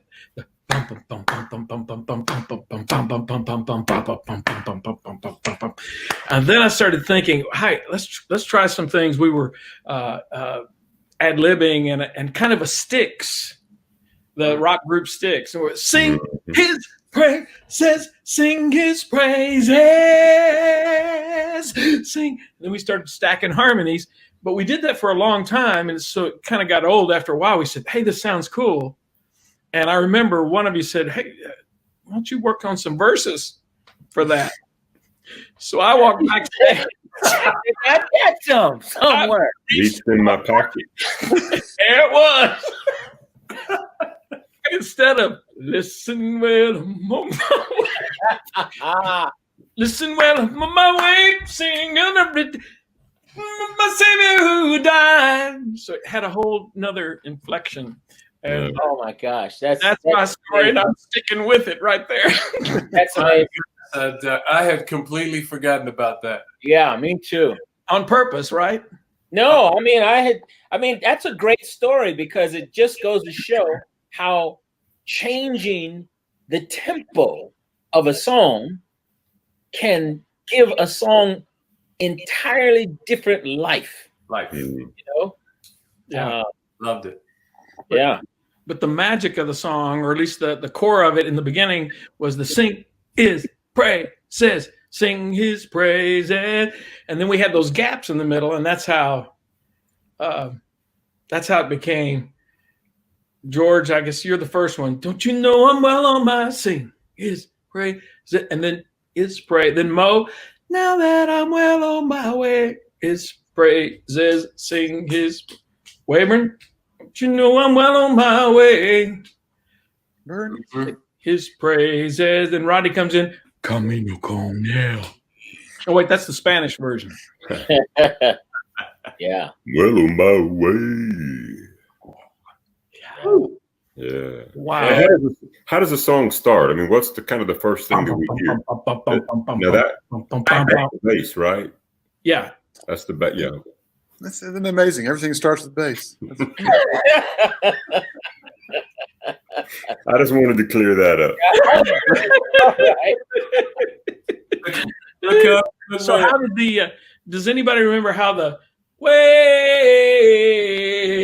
pow? I don't know. I don't remember how it started, but it sure became part of the song and has lived on for generations. You can tell the first time concert attenders because when everybody else is way, they're going, "What is all that?" Yeah, they're looking around. What all that? What did I miss? Well, this Is that written down somewhere? This is one of the ones in concert that had. I mean, the audience absolutely loved it because it had audience participation too. So it was the audience would do this. Remember? Yeah, absolutely. Oh, yeah. Yeah. They loved it. They loved it. Wayburn came over to me one time. I was on stage, and you go, "Way, bow." Oh, we did it forever after that. Yeah. What a fun song. Anything else you remember about "Well on My Way," other than how long until it became the closer, at least the first closer of a concert? Quick. I mean, as soon as the album came out, that was it, wasn't it? Yeah. So that. I remember the end. We had to. What was it? The way. We had to point. The way. Count to 8, and all lower our hands together at the same time. That's our only little bit of organized choreography for the entire show. Yeah. So what happens is that you get people really going. It's a real driving type song, and so people just naturally get up on their feet. I mean, it's just one of those songs that gets people out of the seat and on their feet, and you use this as your closer so that it ensures that every concert ends with a standing ovation. That's good. That's really good. Guys, think. I never thought about that. Wow. Brilliant, Keith. Brilliant. Let's relive it again. Well on my way.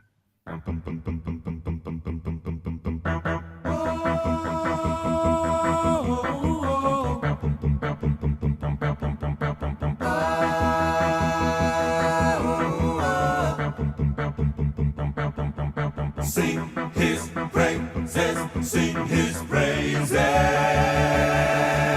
Sing his praises, sing his praises. Sing his praises, sing his praises. Sing his praises, sing his praises.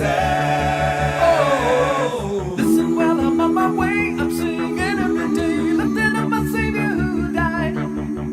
Listen and my soul will cry, I'm completely satisfied, all because I'm well on my way. I'm well on my way. Sing his praises, sing his praises. Sing his praises, sing his praises. Sing his praises, sing his praises.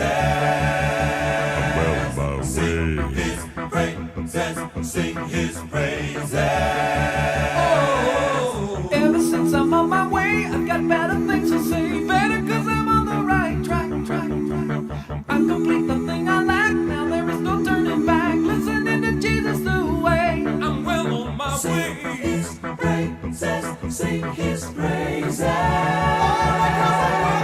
Sing his praises, sing his praises. Sing his praises. Sing his praises, sing his praises. Well on my way, well on my way, well on my way.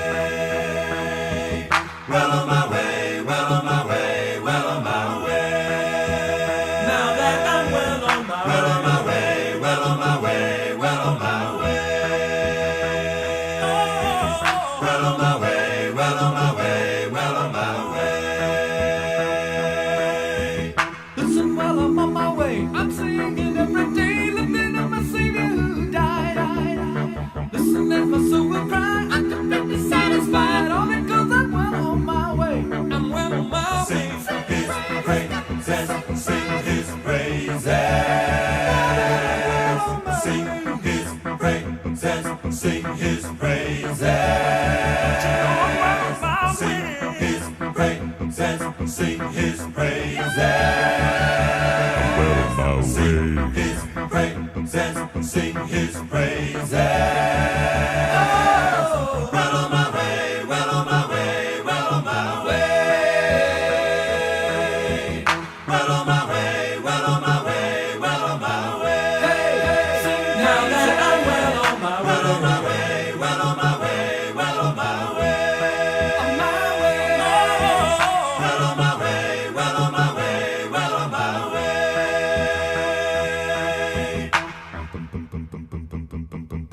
The way. His righteousness. What comes to your mind on this song? The smooth, creamy voice of my brother Wayburn Dean. Butter. Creamy. It's like butter. Butter. His voice is like butter. And it's beautiful because, again, it's right out of the scriptures. You know, God made him who had no sin to be sin for us, so that in him we might become the righteousness of God. And so you put the scripture together with your voice, Wayburn. I mean, it is one of the sweetest, smoothest songs around. Well, you can't go wrong with scripture, right? And I think it was Dwayne who said the last time, he said, it wasn't until later that he realized the power of that verse. And that, you know, how important is it that God specifically made him because we're not able to be righteous, that he can be righteous for us. Yes. It is a really deep concept, Keith. Exactly. 2 Corinthians 5:21. Yes. And the paraphrase would be, God became something he was not so that we can become something we're not. Right. Hey, God became sin so we could become righteous. But I love it that people, it doesn't bother me that it's repetitive. Well, it probably would have bothered me, the repetitive nature of the song, the way it was written, if Wayburn, if you hadn't have put all those nice filling in every space with such creativity, then I don't know about you guys, it doesn't bother me at all. No, as a matter of fact, you know, it's not often you can sing a song that repeats itself over and over that does not feel like you're repeating yourself. Yeah. I mean, and that's due to the soloist bringing us along, moving, you know, giving variety and making the song just feel good. It's a feel good song as well as a song that makes you think. And at the end, being repeated, I think too. At the end of the bridge, I love that part because you have this suspended chord that's half the group resolves down and half the group resolves up. So it's like it's locked, and then they come together in the middle, and it's very unique. Are you talking about where Wayburn goes really high? No, and we'll see his face. The bridge. Oh, yeah. Now we are in him. Yeah, because Waybur's high and he comes down, and the lower parts are low and they come up. So it's like anyway, pretty cool. You'll hear it. Second. I thought you were talking about the trio where Wayburn jumps way high, but some of you go up there with him. Become his righteousness. Yeah. And it keeps on going, it keeps on going, and keeps on going. And then later Wayburn says, I got to become his righteousness. Unauthorized. Wayburn, were you at the concert, one of the recent concerts? I wanted to end the song with a unison of that lick that you came up with. We got to become his righteousness. And I taught everybody that, and I got vetoed. Right. There's only one person that can do that. That's right. Oh, that's fun. It's just unbelievably fun. Well, again, I'm so glad that people learn scripture through the songs that we sing. Let's listen to his righteousness.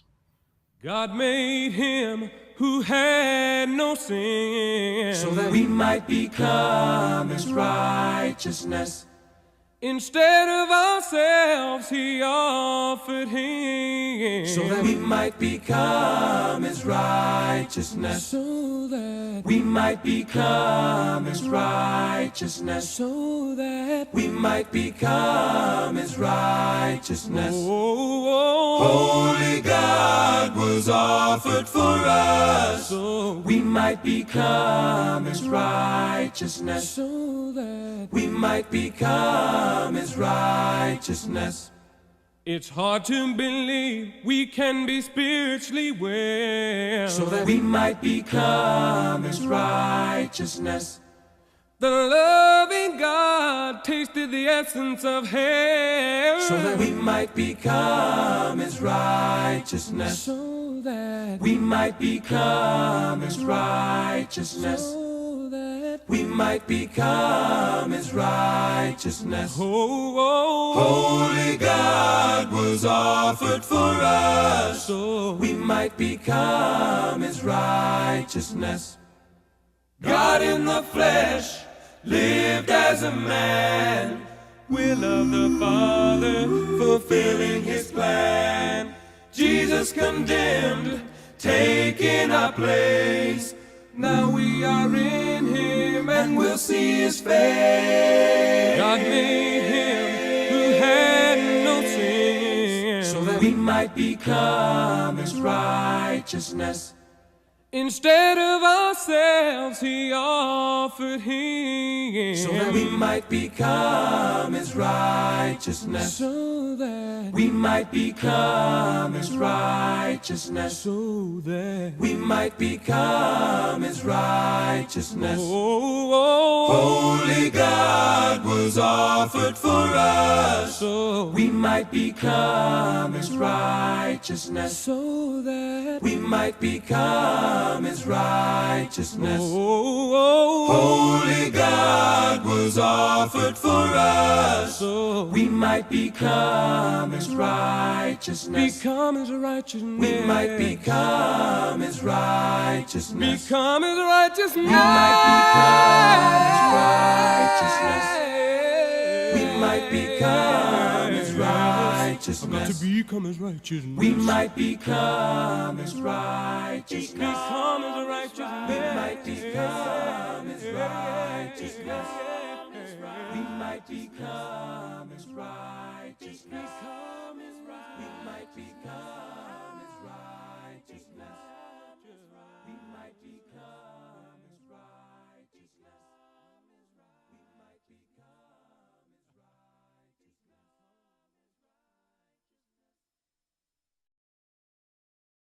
I feel good. And we're not talking about the James Brown song, but but we did add that in at one point on the road. Remember that? Unauthorized again. It was very much unauthorized. Yeah. In the middle of the song, we cut out and started, I feel good. Barry Wilson. Yeah. So this song, the perfect opener. You already alluded to it. Well, you said it was the Grand Ole Opry stage. There was a youth event there. Yeah. And was that the first concert? That was the first concert. Yeah. I forgot that. But up until that time, for a few years before that, Acappella was 2 members, Rodney and me.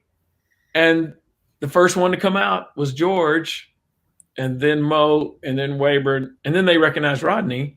So this was a great way to introduce the song as you came out one at a time. Did you ever come out late to where you got to the microphone after your part was supposed to start? On larger stages? Oh yeah. And fell on the way out. And caught the mic and kept singing. I'll never forget that. That was amazing. We were at Footloose. Footloose, yeah. Yeah, he was all excited, and he got up on stage, running, and he tripped, and we thought he was gonna bite the dust. And right before he fell, he caught the mic, grabbed it, and kept on singing. I almost couldn't recover. It was hilarious. I think the weirdest thing was he tried to act like it didn't happen. Like that was planned. Except my face is turning red. Oh man, it was something. That was really something. Kevin did the same thing years later. Yeah. Only he splatted out across the entire stage, flat as could be.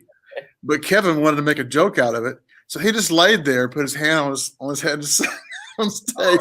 Flat on stage. No song. Nobody got it. That joke did not go over. It's just, They're like, what? Get up! what's wrong with that boy?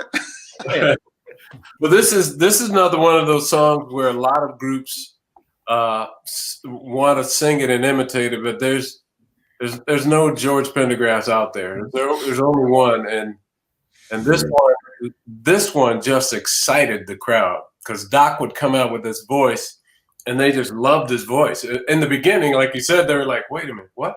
Aka who? Wait a minute." But then once they knew Acappella, oh my, they couldn't wait for this song. They just But it's such a simple song, you know. When you look at it, there's really nothing to it. Right. So it takes a voice like that to get it started, to get it rolling. Other groups have sung this, and it comes out very simple, you know. But the way we got it, because we were all, you know, there's something about the way we sang.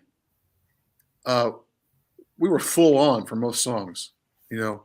We really were projecting. We were pumping those mics and full voice sound, whereas other groups tend to be a little more reserved and more refined. And I think that's one of the big differences in us and other groups, especially on this song. This song really shows that, illustrates it. But George's voice is just so infectious. I don't even know how to say it except that it's got an energy that is inimitable. Yeah. I mean, I don't know of another voice, my brother, on the planet like yours that it's just got, I mean, just when you speak, when you open your mouth to sing, it is, I go a different place, man. It takes me to a different place because there's no one like you. And those vocal runs and gymnastics that you do, you don't hear any basses do that, and it's for a reason because it's just a gift that you have, and you are so blessed. And Mo is exactly right. When you come out, or Wayburn, when you come out and sing that, just to hear those first few notes is magical.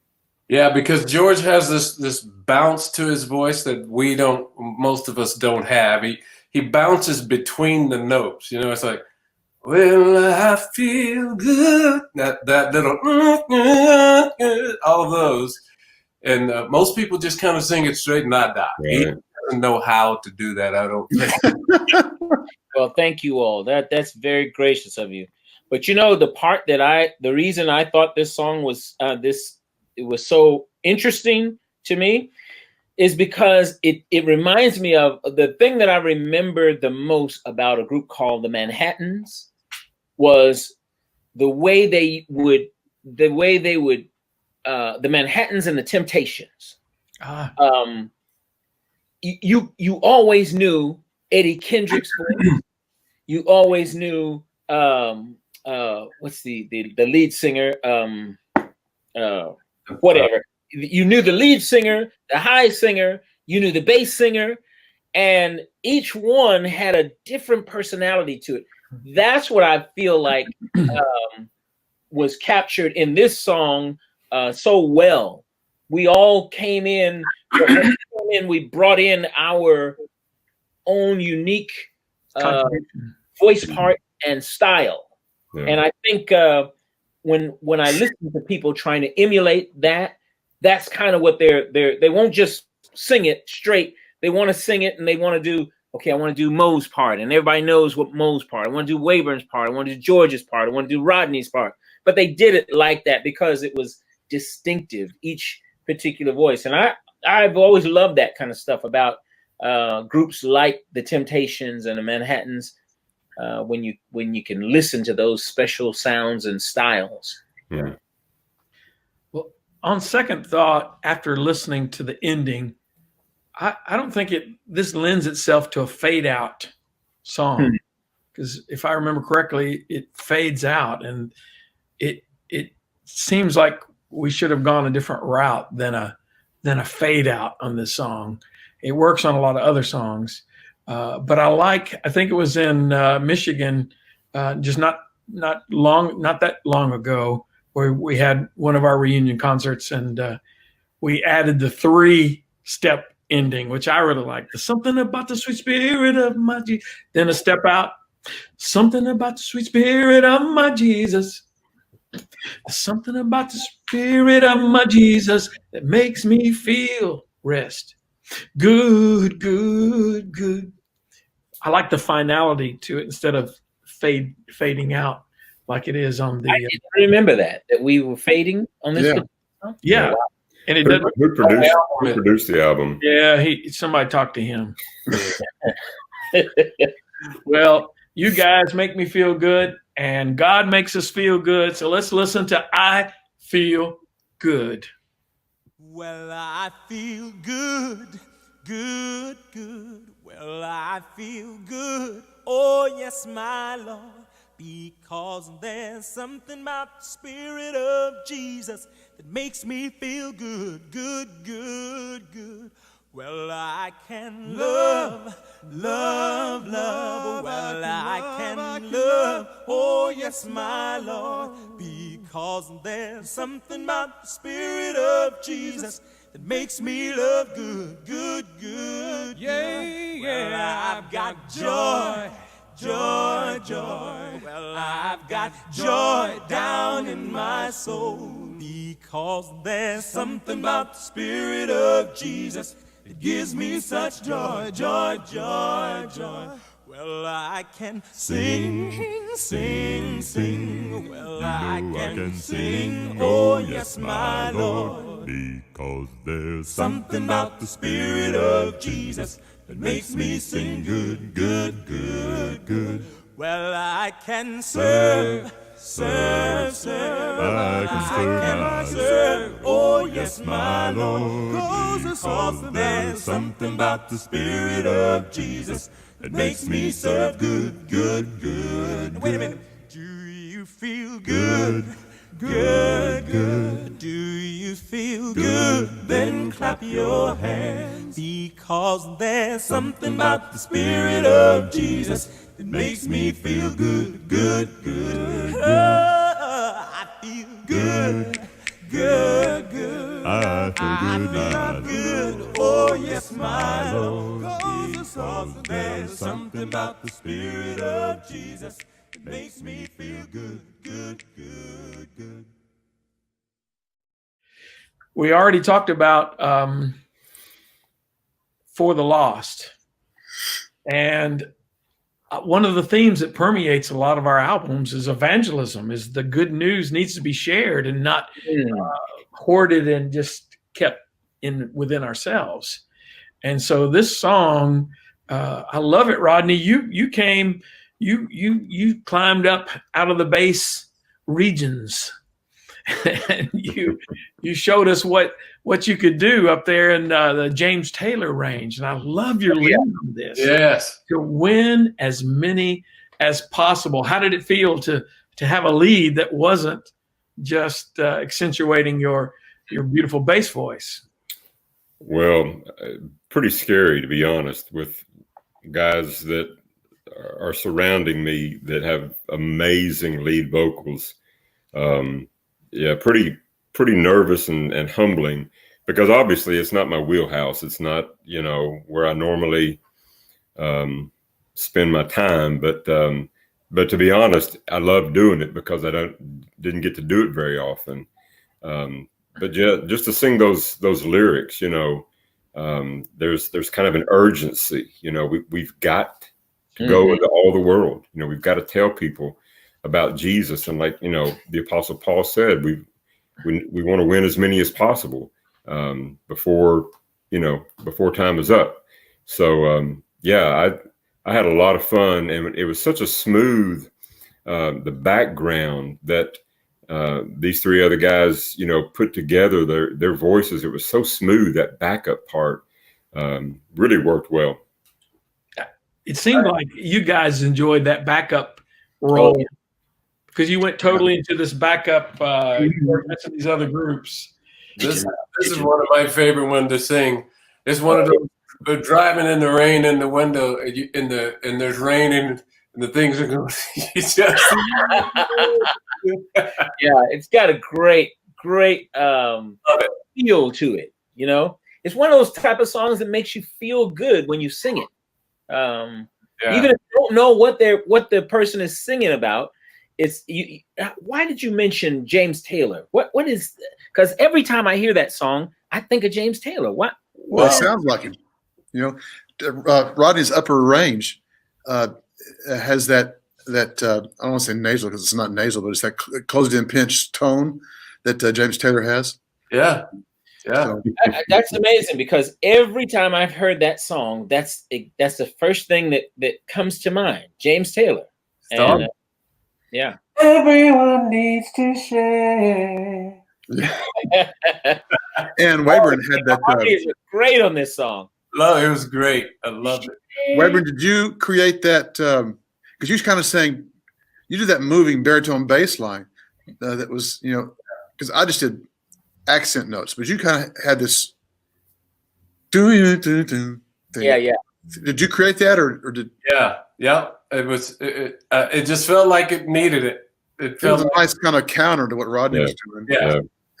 I love that stuff. Real breathy, real airy and breathy. You know, backup. Real sweet. Real sweet. Got a good feel. This song does, doesn't it? Yeah. Mm-hmm. But as great as the lead is, I think sometimes the backup and the counters are just so far back in importance. They really come out of there, and we need to share. Oh yeah. And it provided that bed for Rodney to come back in. Not many taken it, many refuse. The Pips, Gladys Knight, and the Pips are back. Share the good news. I'll be a Pip anytime. Yeah. I love it. Rodney's saying we've got the living water, and we've got the spirit, and we've got the good news. Now we need to share it. Yes. And not just with one person, but we need to share it as the Lord wants to win as many as possible. We.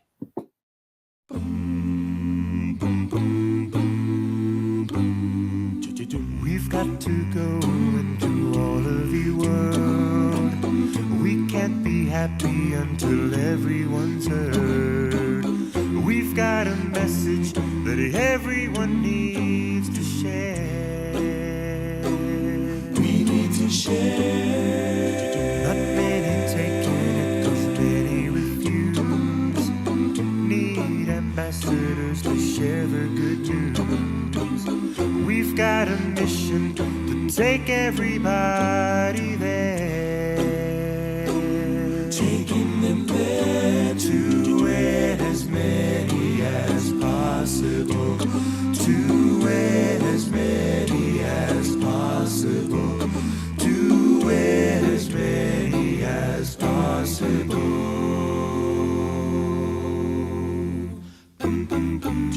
We've got the power since he gave a new birth. We've got the water to take care of their thirst. We've got a spirit that's leading us in the fight. Leading the fight. The devil's plowing and he's leading astray. Souls in darkness each and every day. We've got a mission to take them into the light. Taking the light to win as many as possible. To win as many as possible. To win as many as possible. We can't be happy standing and waiting, we just can't be satisfied. The numbers growing of people who may not hear.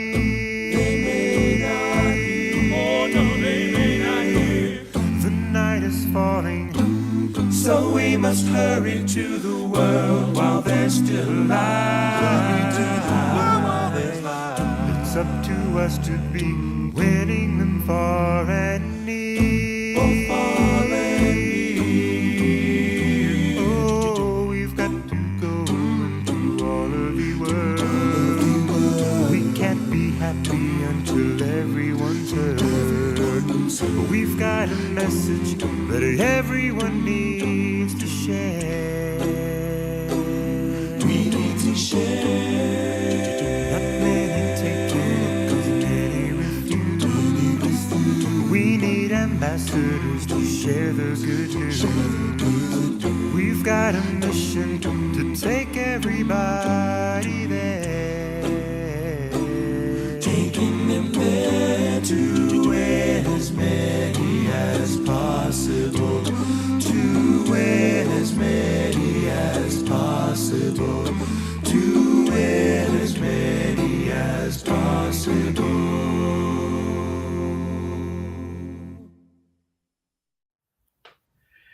Answer my prayer.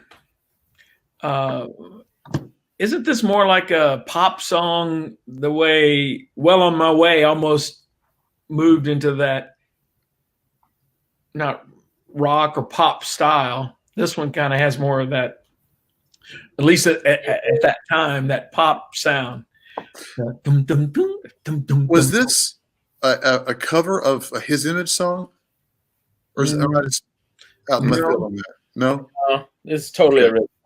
But I do know that I felt so. You know how you have an artist and you know their tone. There's only one Keith Lancaster tone, and so you know how you go back and you're listening thing and you can boom, whoa, I know that voice, I know that tone, and that's the way it is when Keith comes in on this song, and it reminded me of all of those songs that I listened to back before, what everybody was talking about earlier, and that tone in there, it's like. That's just really great. You've got to realize how hard it was, even though I was rewarded being part of the process and right in the middle of it. It was hard to be off the road and to not be singing. So this, when you look at this and compare to the other albums that were yet to come, and you guys were gracious enough that I had 2 leads on this album, even though I wasn't really officially in the group. So it was a nice transition to put the man out, you know, and Put the old man away. Yeah, so I had Well on My Way and Answer My Prayer, and I loved getting to be a part of it still. And then when I came out on the road to be with you occasionally, I got to sing some. But this is one of those songs, and it was hard at first. You know, I'm struggling with this. Wow, this transition. I've been on the road since the very beginning. And now Acapella's out there and I'm not out there on the road. So it was, so I'm trying to, how do I deal with this and with my self-image? And so someone says, well, wow, see, there was just you and Rodney, you were the lead singer and it took 3 people to replace you. That's one good way of looking at it. And then the reality came that after you guys came, the popularity of the group went, so I get out of the group and it really takes off. Same thing happened when I left. Yeah. So Answer My Prayer is Jesus. He said, ask, seek, knock. Just like George was praying for more opportunities to sing full time in ministry, and God, it's not just a false promise. He said, ask and you'll receive. That's right. It's not, the answer is not always what we want, but I think this is a great reminder that we can call on the creator of the universe and he will answer our prayer. And so Mo, I guess you started singing this lead in in concert. And I was trying to match what you had done on the album, which was a challenge because it was so well done. I think I started this with AVB. I need to talk with Wes McKenzie. It seems like AVB was right when they were doing the transition. I have a memory of teaching some of them some parts. We were at a swimming pool, the AVB guys, and I started having them sing different parts. And I think this was how this came about. And then it Then we somehow. stole it. That's Right. Y'all stole it. You did. that's what I remember. I don't know if we were at a hotel somewhere in the hotel swimming pool, but I remember this big cavernous sound, that just echoed in there. And I can remember you teaching the parts to this. John Laws was there. You were just pulling in everybody. So we had a lot of different parts going on. But you're right. It was in a swimming pool. I think we must have been in a place where we were at a motel or hotel that had a swimming pool, and you were teaching us this song. And then I went, listen, well, I'm on my way.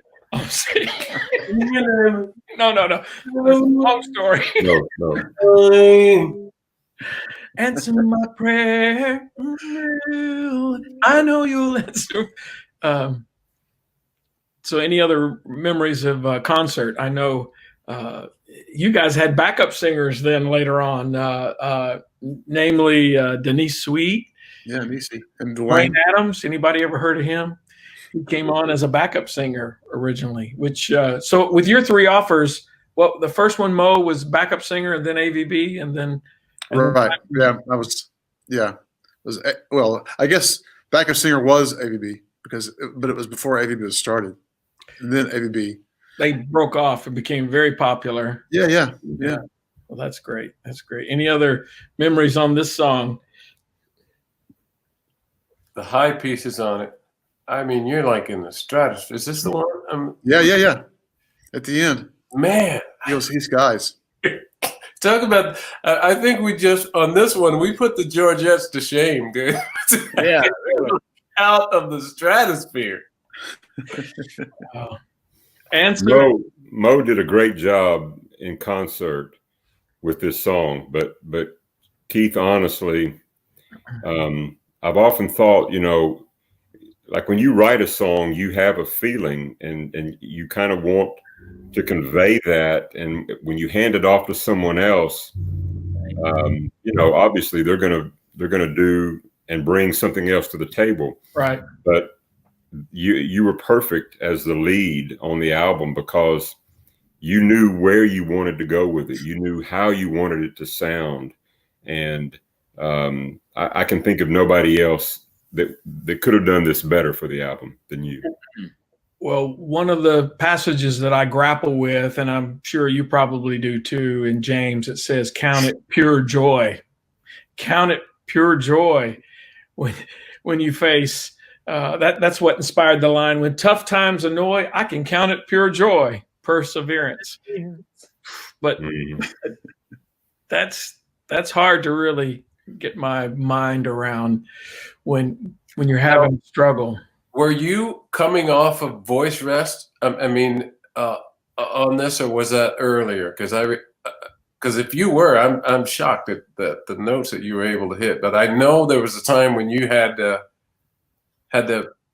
not talk for a while. Yeah, and that's kind of what led to the whole exploration of finding you guys to come in and actually the quartet was the original concept back in 1982. It was to have a quartet, and then we talked about this in previous albums. Then it went from 3 to 4 to 5, back to 3, back to 2, and then boom, it landed in 1988 back to the original concept of having 4 guys. And I can think of no 4 guys better to take this ministry and take it to another level with your talent, combined with a unique combination to share God's word to all the places that he allowed us to go. So I think he answered our prayer. For sure.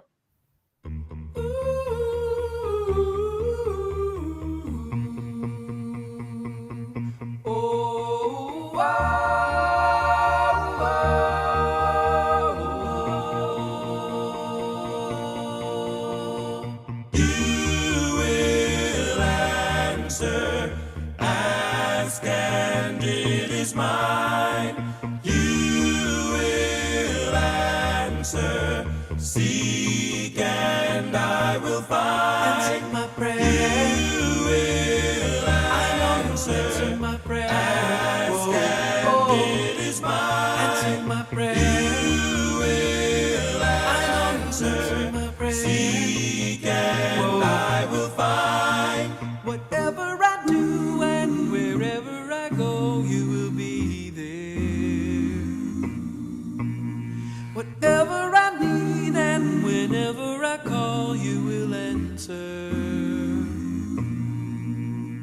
I make the mistake of working on my own, but then I awake to see I can't alone.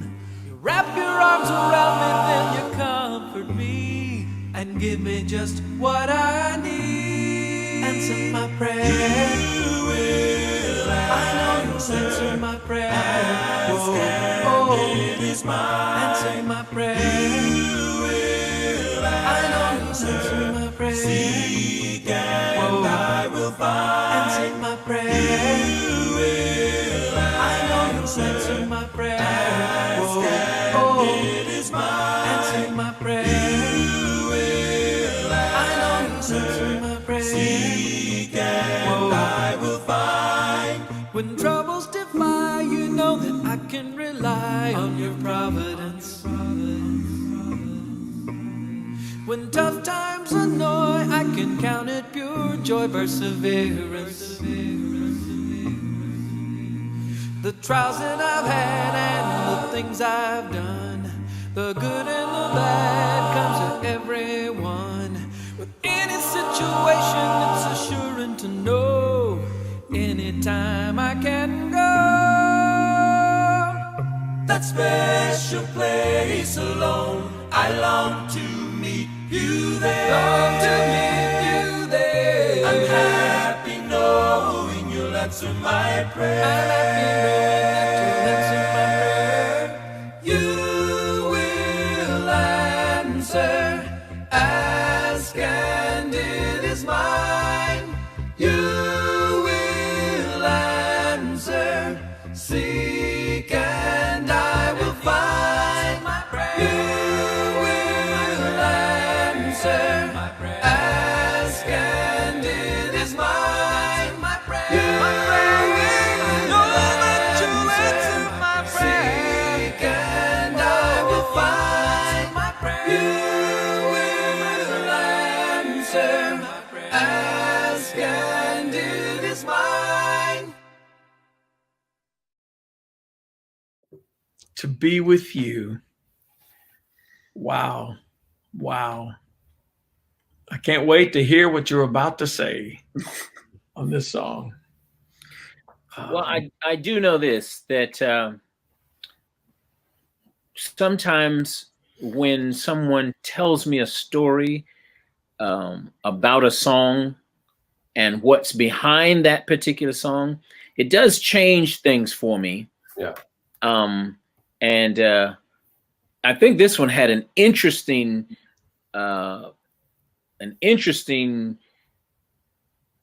storyline behind it that I'd love to hear you tell. That I remember when I heard this, I was thinking, oh my goodness, you know, God brings about a message in the strangest ways. Well, I remember Brett Testerman asking me about this song. He said, were you going through a major struggle and really grappling with things? What brought this song about? And I said, it was a homework project for a music theory class. His face went, oh. It doesn't feel like that.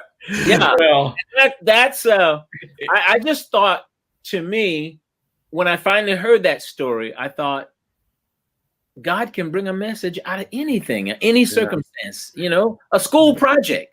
yeah. But I know that the lyric moves me. It's one of those songs where I can truly, it's in a range where I can truly express how I'm feeling, and yet at the same time, it's one of those songs where I'm not growling all the way through the song. Right. I can kind of sing in a register that I don't get a chance to sing in a soft kind of manner to express emotion.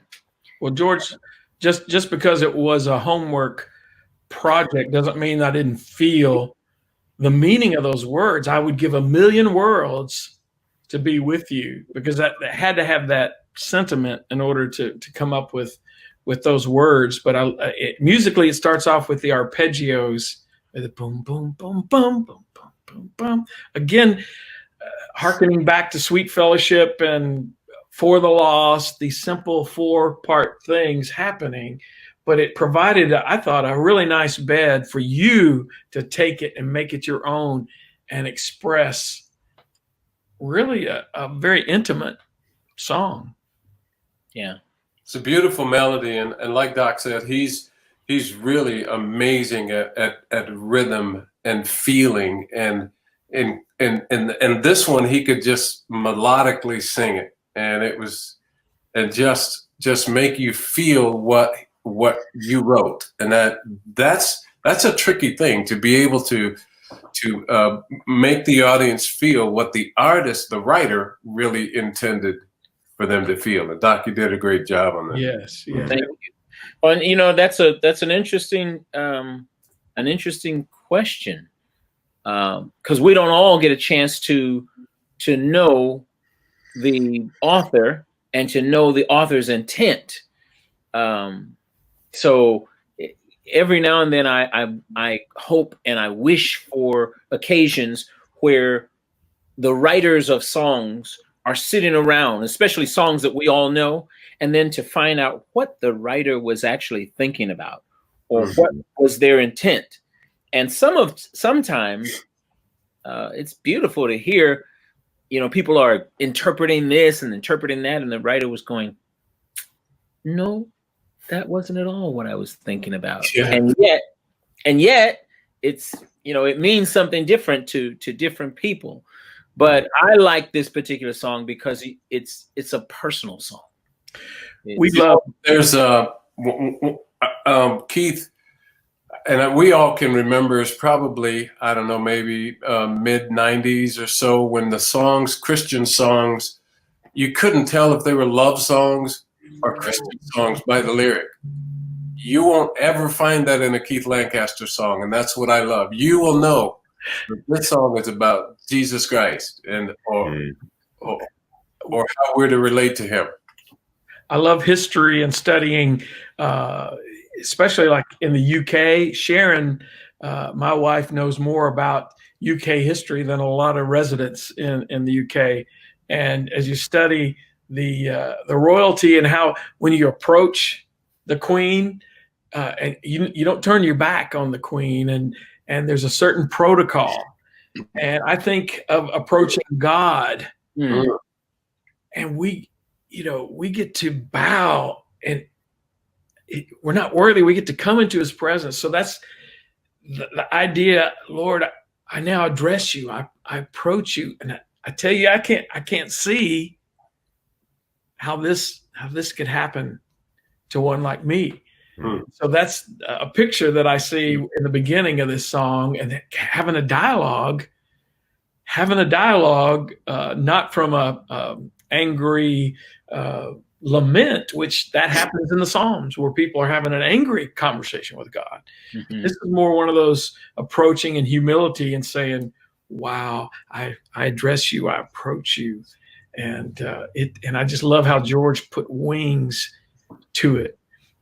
After that, let me jump in here. I remember in the studio when we were recording. This is one of those times, Wayburn, when we were all together. You know, in the early days, we were all in the studio all the time, all together. But George, I think we had pretty much laid down the bed of music, and George was coming in to cut the lead. And George, you got to the end there where you do this, you know, I'd give a million worlds like this to be with you in this place. And I remember just my jaw hitting the floor thinking, how can a man sing like this? How blessed is he to have a voice like this? And, you know, really just kind of welling up with tears. And all of a sudden you were like, I think I can do it better. Let's do it again. I was like, no, don't erase that. Yeah. Another track.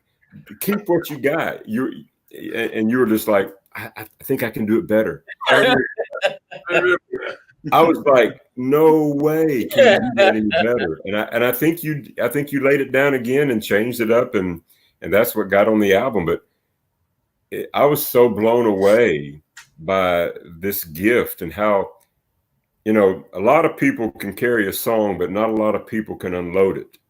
And you just poured it out, man. You just unloaded this thing, and yet you were like, oh, I think I can do it better. Wow. Whatever we got down on tape was just beautiful, brother.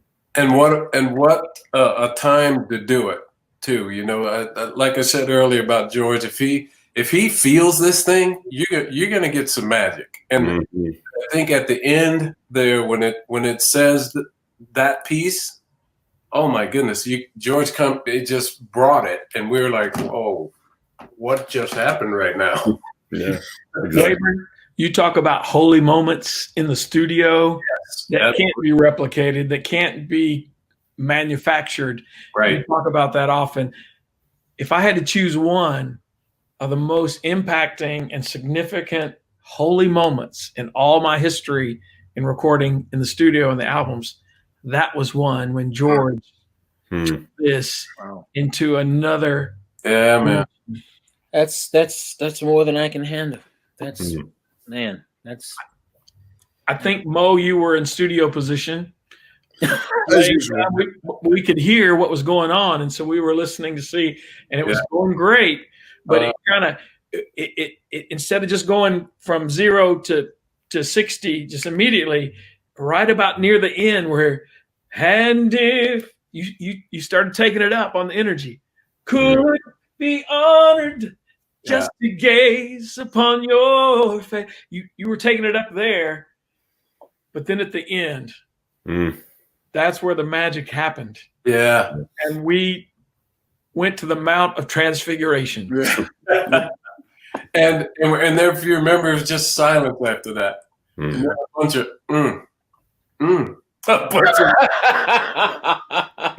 I'll never forget that moment. Wow. And what a way. That's very humbling. What a way to end an album that was the beginning of this combination going to the world. And the songs are still, even as we speak, are going to the world. And Lord willing, we'll continue going here and there and taking this message. But it's just such an honor to be with you guys. And it's an honor to still minister with you guys and to hear these stories about this special album and this final song, To Be With You.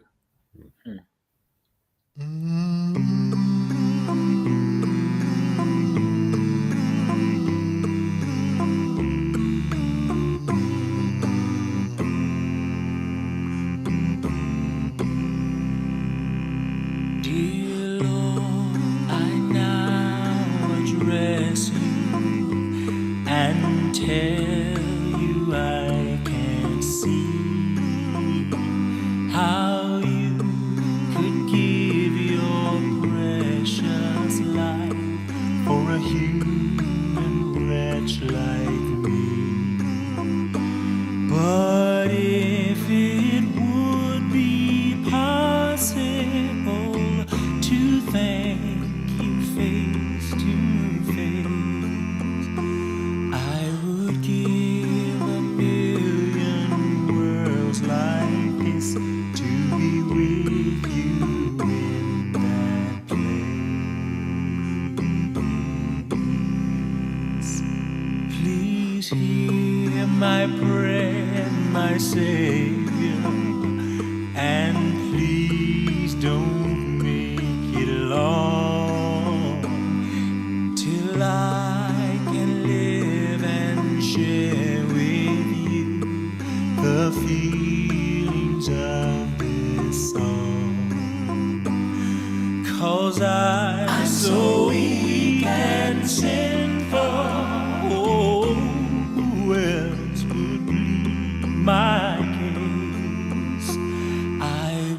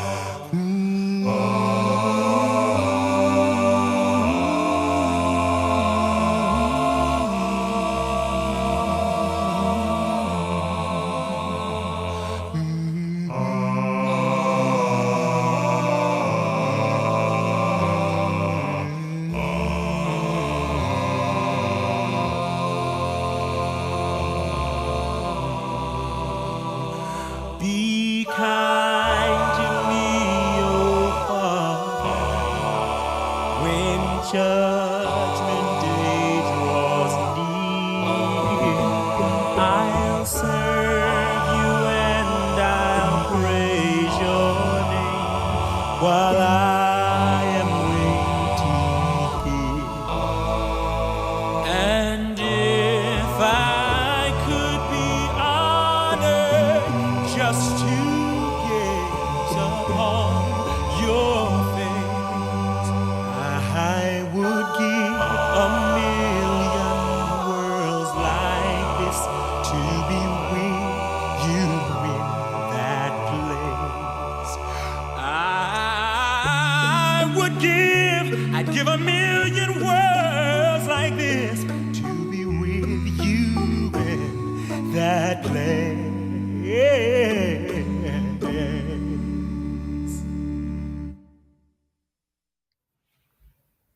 Yeah. Wow. Love you guys. Love you, man. You too, man. Hey, You too, bro. Really good to see you. let's sing together at some point in our life before we become too old where we can't. I'm for that. All right. I'm in.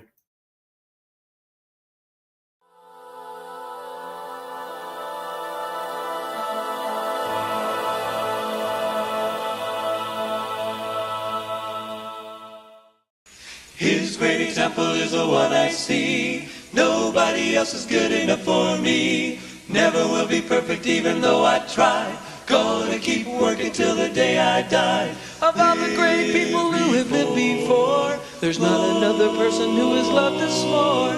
To make us and to take us underneath his wings. Now my heart can really sing. He is better for living, is perfect and easy to see. It's for me.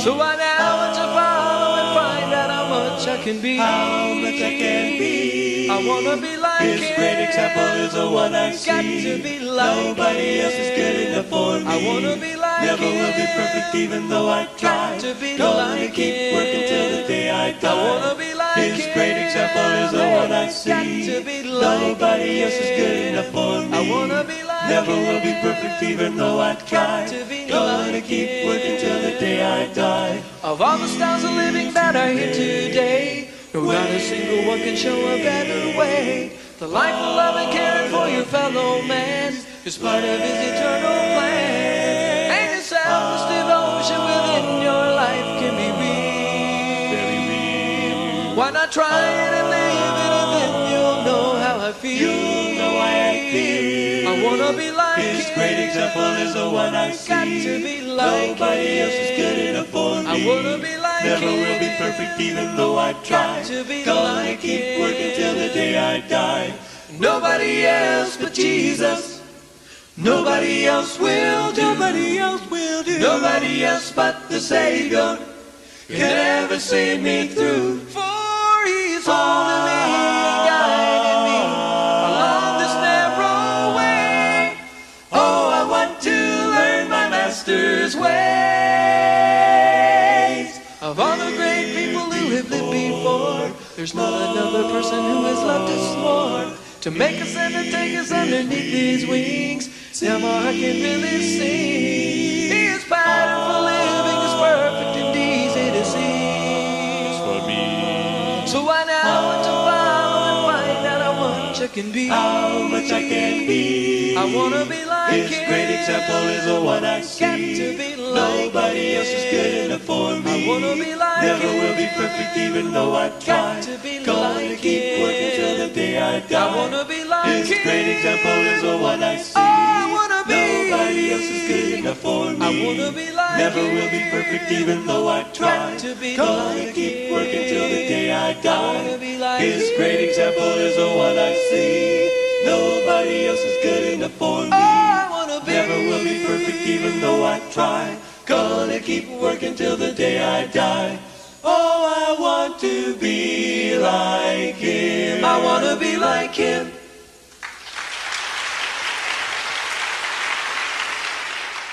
Your love is better than life. Hi, I'm Rodney Britt. I'm here with my friend Keith Lancaster, my buddy, and we are talking about the album Better Than Life. Better Than Life, 1987? I think it was 87, yeah.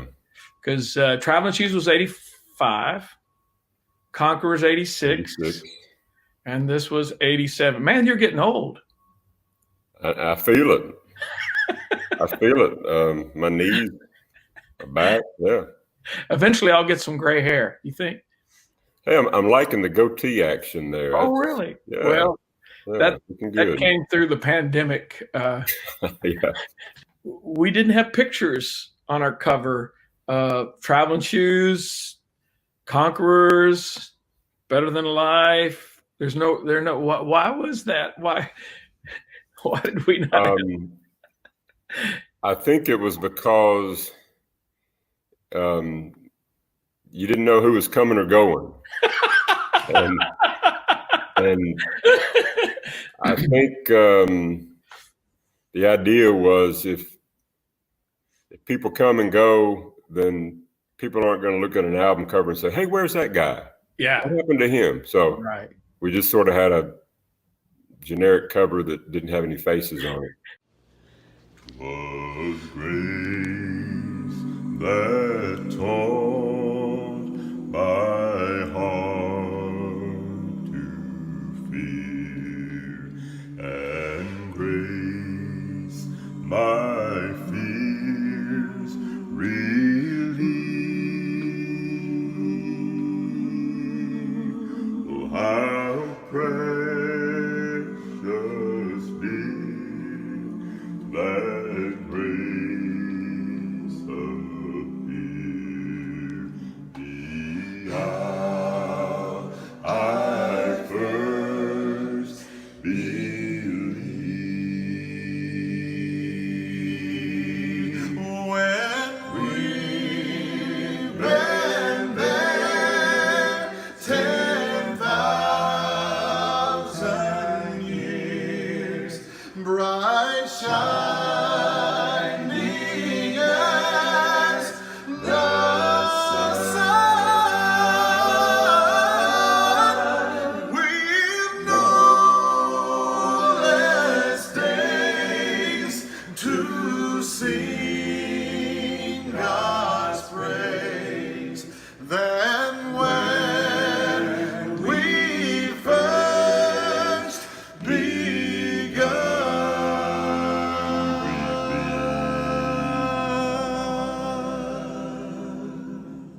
Well, amazing grace, how sweet the sound that saved a wretch like me. I was lost, but now I'm found. Grace, but now I see. It was grace that taught my heart to fear, and grace all my fears relieved. Oh, how precious did that grace appear, the hour, the very first hour I believed. Sublime gracia del Señor, que a un pecador salvó. Perdido yo, mas me halló. Fui ciego y veo yo. Well, when we've been there 10,000 years, bright shining as the sun, blessed to sing God's praise. And when we first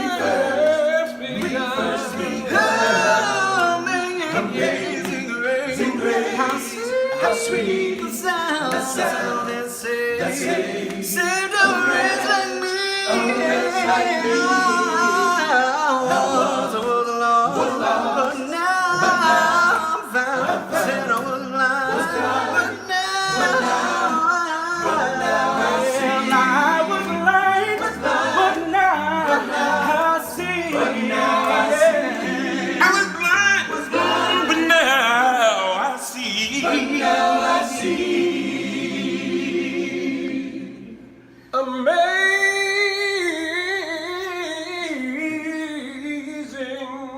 How amazing God's grace. Yeah, Lord. Amazing.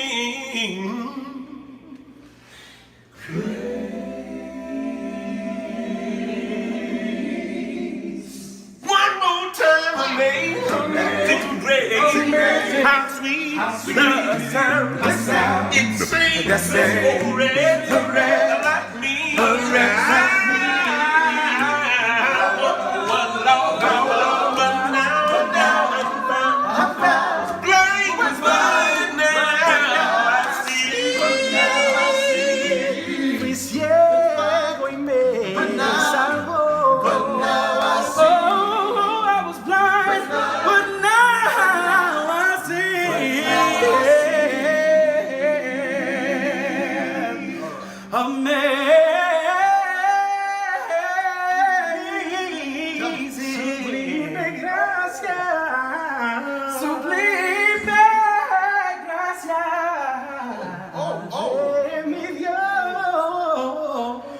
It's amazing.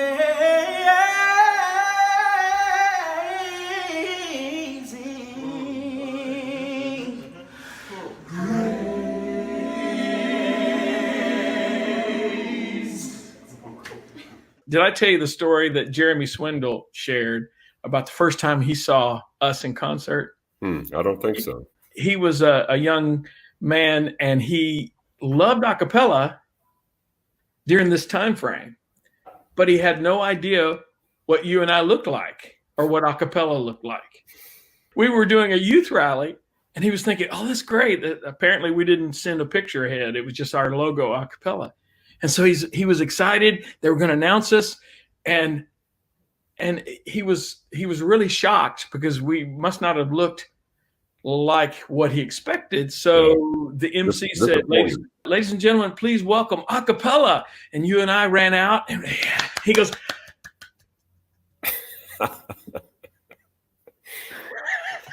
I do every morning when I get up and look in the mirror, that's kind of the same reaction I have about myself. I'm like, what happened? I am longing for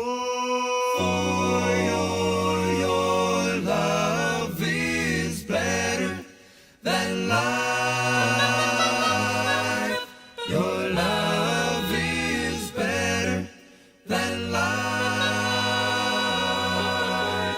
Earnestly I seek you, my soul is thirsting for you, 'cause your love is better than life. Your love is better than life.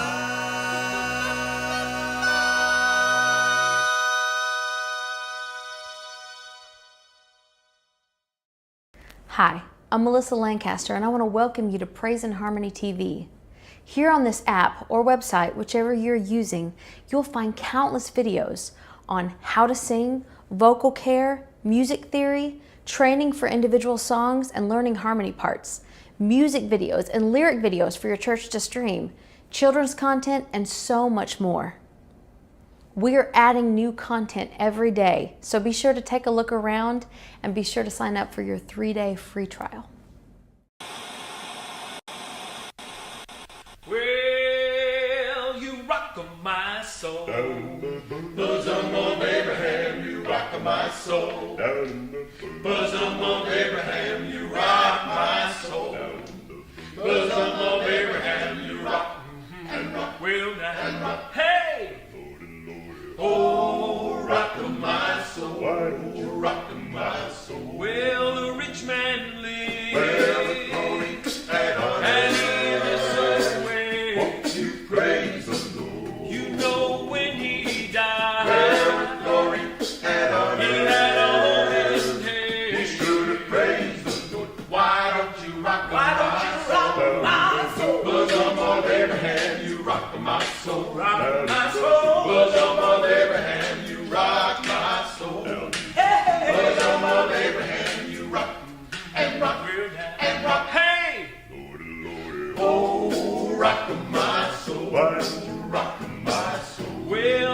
poor man Lazarus. Well, the glory had on He was in the sky.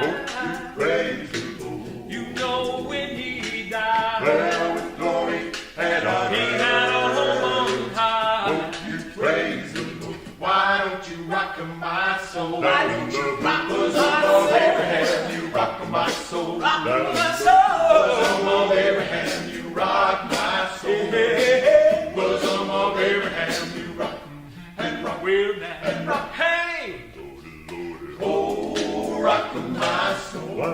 Rock my soul. Well, you rock my soul. Bosom of Abraham, you rock my soul. Rock my soul. Bosom of Abraham, you rock my soul. Rock my soul. Bosom of Abraham, you rock and rock and rock. Hey! Oh, rock my soul. Why don't you Rock my soul.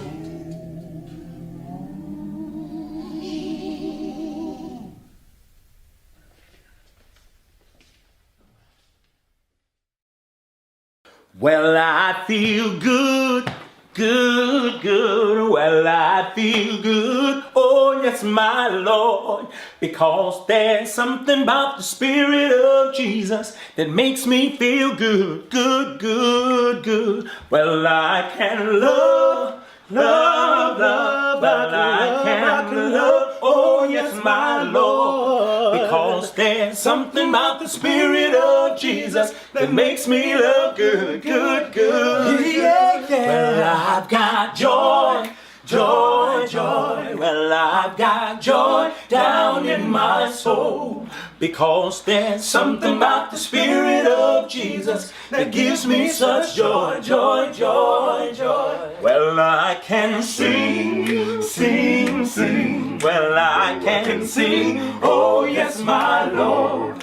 because there's Something about the Spirit of Jesus that makes me sing good, good, good, good. Well, I can serve, serve. Well, I can serve, oh yes, my Lord. Because it's always there's something about the Spirit of Jesus that makes me serve good, good, good. Wait a minute. Do you feel good? Good, so good. Well, if you feel good, then clap your hand. Because there's something about the Spirit of Jesus that makes me feel good, good, good. Yeah, yeah. I feel good, good, so good. Well, I feel good. Oh, yes, my Lord. Because it's all about something about the sweet Spirit of my Jesus that makes me feel good, good, good.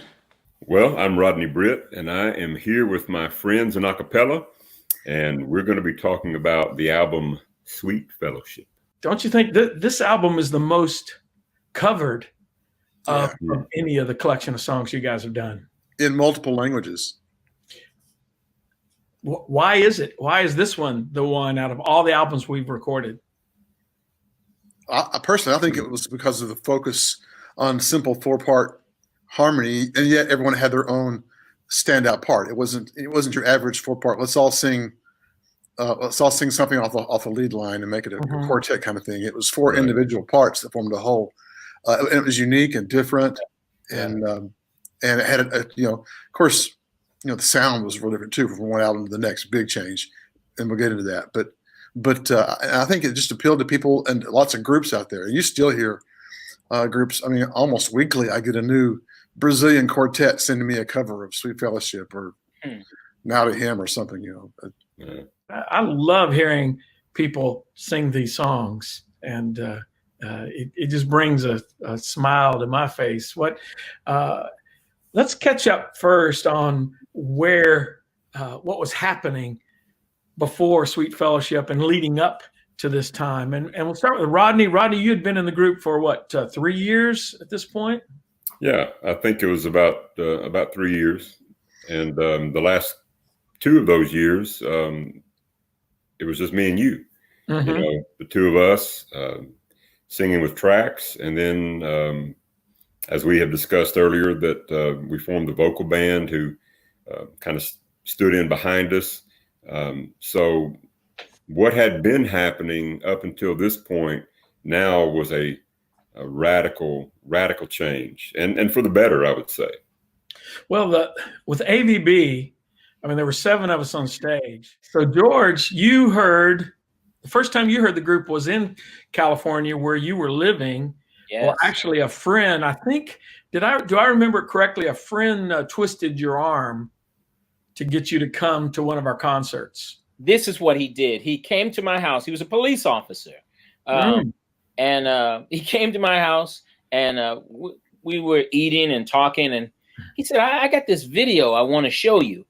And he showed me the video of Acapella's, the video you guys had just completed. And I was so impressed. I thought, oh my goodness. And I thought, but I got to tell you, I was impressed for selfish reasons. I was not impressed because I was thinking, I want to be a part of that. Because I hadn't even heard the music yet. I was just impressed because I was thinking, there are some people doing what I've been dreaming about. Mm-hmm. And I thought, I got to find out how he did this. So sure enough, I go to the concert, and I have no point of reference except that video. And I walk in, and it was like going to a Michael Jackson concert. I had never seen that before. Christians having that much fun, and the show being so professionally done. That's high honor coming. Oh, it was great. It was fantastic. I was blown away. But I was by myself. You got to know that this got me in a lot of trouble. I was by myself, so I talked to Keith. Well, this is another thing that impressed me. I didn't know who Keith was, anything about the group, and so I tell John Laws. I said, I'd like to talk to Keith Lancaster, and so he sends me to the bus. I go to the bus, and he says, George Pendergrass, the George Pendergrass, and I thought he was joking, but I didn't even know he knew anything about me. So apparently, Brett had told him about me. Mm-hmm. Nobody ever told me this. So I'm just sitting there, and the only thing I can think of is how did you do whatever you guys are doing? Because I'm singing with a group, and then my mind was totally on Renaissance. I was like, I'm singing with a group, and we are trying to do full-time music ministry, and I just want to know, what can you do? What can I do to be a part of something like this full-time? And he said, how bad do you want to do it? And I was like,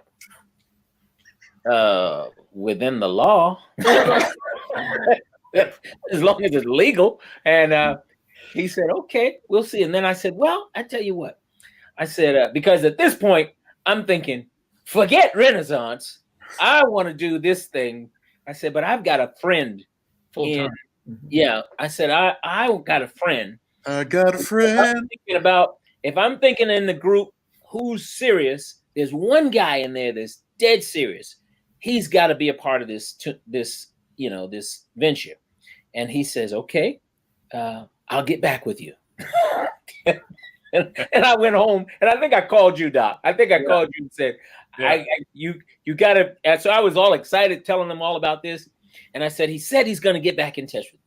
And sure enough, that's when all the trouble started. I went home and I told my wife, I said, honey, I've seen it. They're doing what I've been dreaming about. And she goes, what's that? I said, full-time music ministry. She said, what? Are you out of your mind?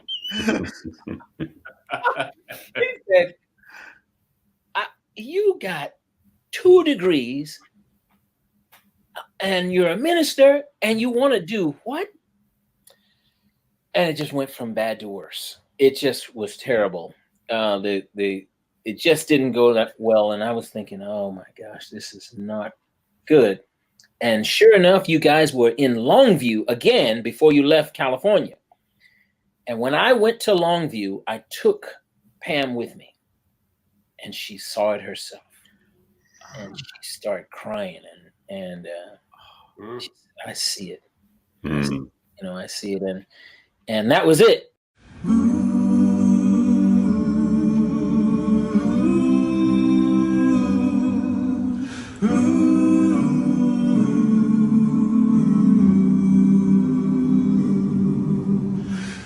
When I'm there with you in heaven, what a wondrous joy will be. Gather with the angel chorus, standing by the glassy sea. Such a thought is hard to fathom, in the presence of my King, and with countless ones forgiven, gathered round the throne to sing.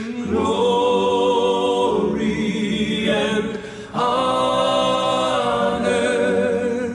worthy is the Lamb. Glory and honor, worthy is the Lamb.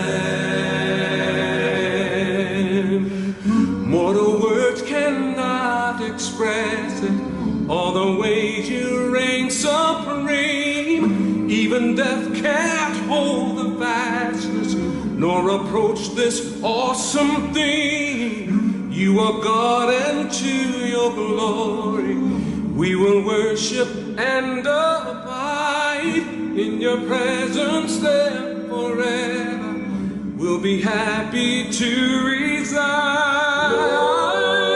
Glory and honor, worthy is the Lamb. Glory and honor, worthy is the Lamb.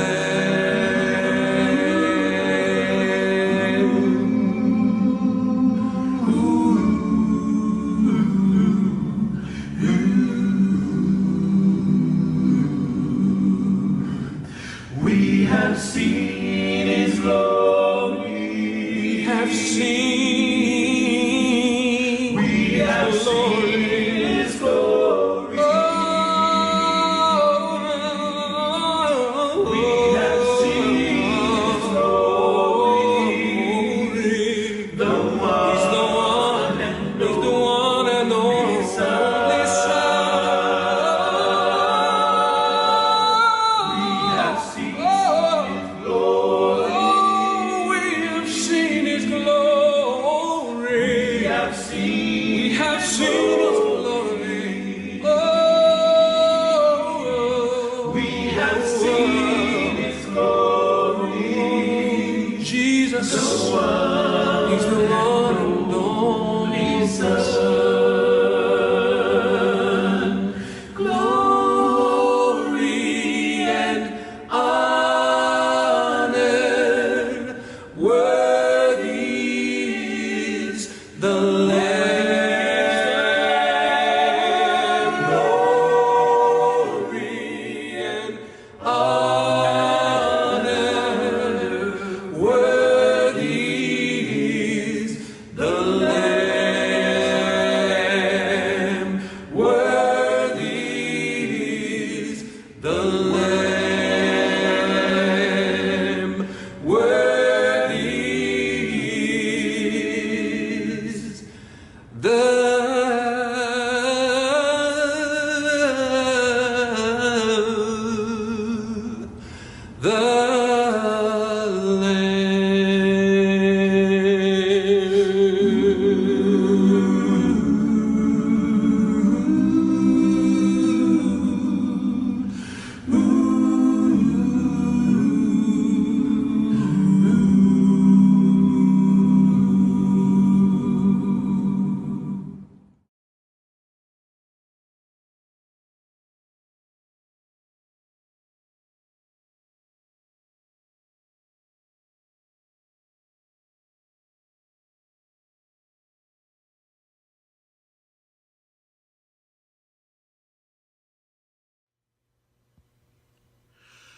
Create in me a clean heart, O God. Let me be like you in all my ways. Give me your strength, teach me your song. Shelter me in the shadow of your wing. For we are your righteousness. If we die to ourselves and live through your death, we shall be born again to be blessed in your love. Create in me a clean heart, O God. Let me be like you in all my ways. Give me your strength, teach me your song. Shelter me in the shadow of your wing. For we are your righteousness. If we die to ourselves and live through your death, we shall be born again to be blessed in your love. Create in me a clean heart, O God. Let me be like you in all my ways. Give me your strength, teach me your song. Shelter me in the shadow of your wing. For we are your righteousness. If we die to ourselves and live through your death, we shall be born again to be blessed in your love. We shall be born again to be blessed in your love. All of the glory. Announcing Praise and Harmony TV. P&H TV is the inspirational way to fill your life with music videos of brand new songs of worship and hymns. P&H TV also provides masterclass education for beginners to learn fundamentals of music, as well as the quickest method to easily learn how to sing harmony, featuring hundreds of videos which isolate one harmony voice part at a time for ease of learning. I know the Lord will find a way for me. Hear fascinating history of classic hymns of the faith.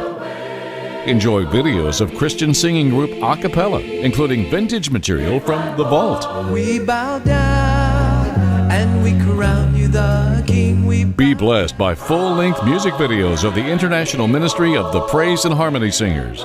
Share children's videos as well as songs for teens by Regen Harmony.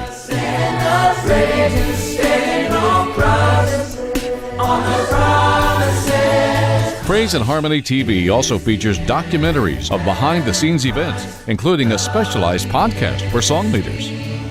There were no gods. P&H TV contains resources for a wide variety of assemblies, including videos specifically designed for worship services, weddings, funerals, and special holiday events. New content will be added every month. Sign up today for the annual plan and save big money. Praise and Harmony TV is here.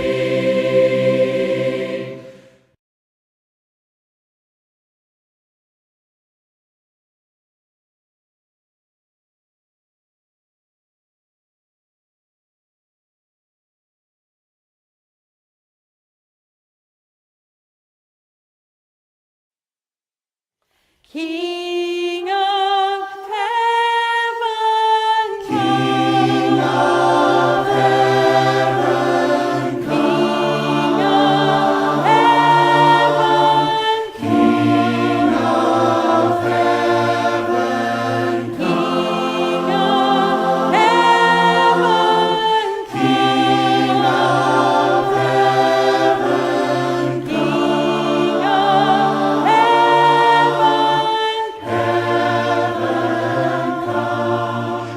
I will sing and worship the King is worthy, and I will love and adore him. I will bow down before him. I will sing and worship the King is worthy. I will love and adore him. I will bow down before him. You're my Prince of Peace, and I will live my life for you.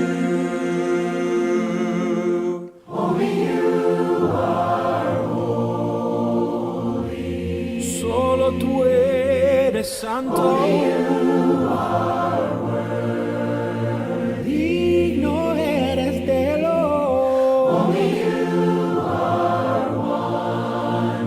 Eres maravilloso.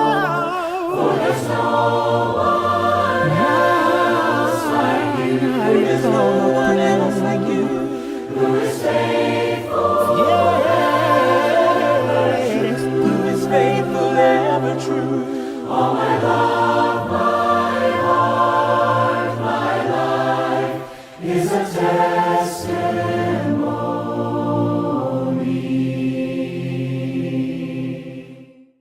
I've been held by the Savior. I've been held by the Savior. I felt fire from above. I've been down to the river. My life is changed, will never be the same. For my hope is in Jesus. Yeah. Thank God my yesterday's gone. Now I know all my sins are forgiven. I'm not the same. I've been washed by the blood. You know that all of my hope is in Jesus. Thank God my yesterday's gone. Thank God my yesterday's gone. My sins are forgiven. All of my sins are forgiven. I've been washed by the blood. I've been washed by the blood. I've been washed by the blood. You were despised. You were rejected, Lord. Those who passed by even averted their gaze from the side. Such was the suffering you bore for us. Then like a lamb to the slaughter, you spoke not a word, but chose to be silent, no wrong, nor was deceitfulness found in you. Yet by your wounds our salvation has come. Yet by your suffering our freedom is won. For God has highly exalted your name. He has enthroned you on high. Jesus, the name above all names. God has highly exalted your name. He has enthroned you on high.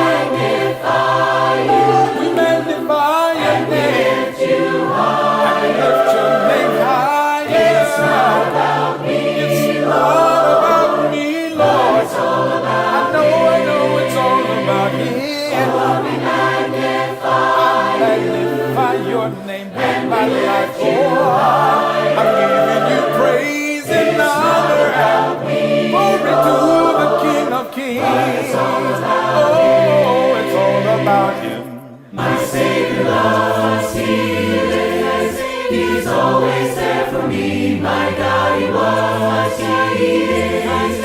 He's always gonna be my Savior, love, He is. He's always there for me. My God, He was, He is. He's always gonna be my Savior, love, He is. He's always there for me. My God, He was, He is. He's always gonna be my Savior, love, He is. He's always there for me. My God, He was, He is. He's always gonna be my Savior lives, my Savior loves, my Savior lives, my Savior loves, my Savior lives. I want to walk worthy. I want to walk worthy. According to Thy will, please order my steps. Please order my steps, Lord. And I'll do Your blessed will. The world is ever changing. The world, it keeps changing, but You are still the same. Please order my steps. Please order my steps, Lord. Please order my steps. Please order my steps, Lord. Please order my steps. Please order my I'll praise Your name. Thy throne, O God. Thy throne, O God, will last forever. Will last forever.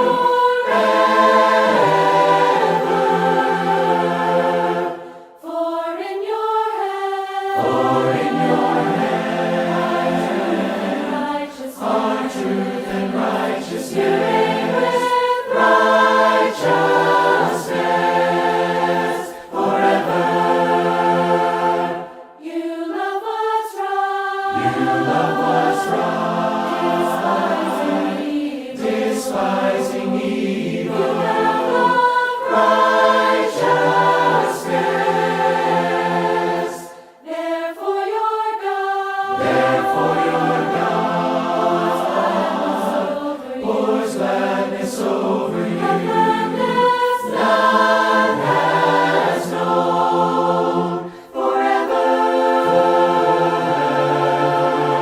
forever and ever.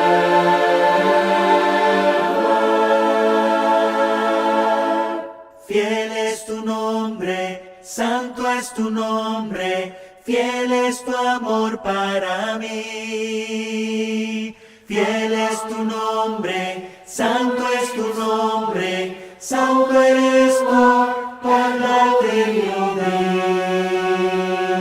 I call You holy, Your name is holy, You are so holy, You are holy, Lord. I call You holy, Your name is holy, holy You are, and holy You'll be. I call You faithful, You are faithful, yes You are faithful, Lord. I call You faithful, yes, and faithful You are, and faithful You'll be. I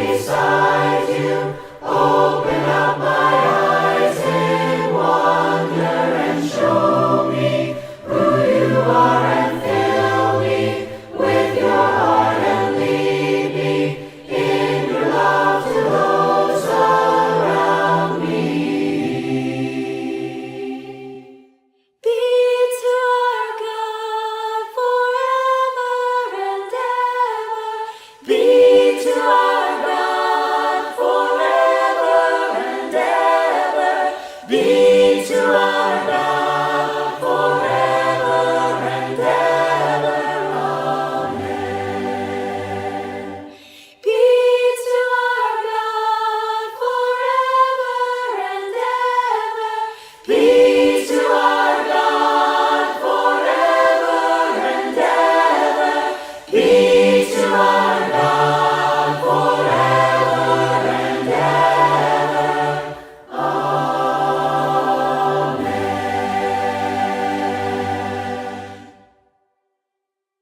I want to walk worthy, want to walk worthy, according to thy will. Please order my steps, please order my steps, Lord, and I'll do your blessed will. The world is ever changing, it keeps changing, but you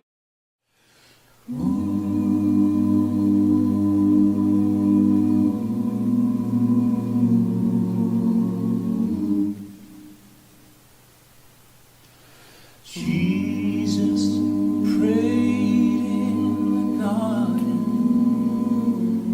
and poured out his heart for me. There has been no love shown by mortals as in dark Gethsemane.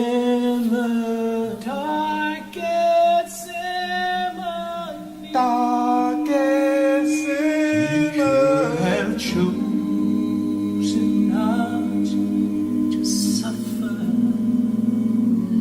treatment of cruelest kind. But the lips of my pure Savior uttered not my will, but not my will, not my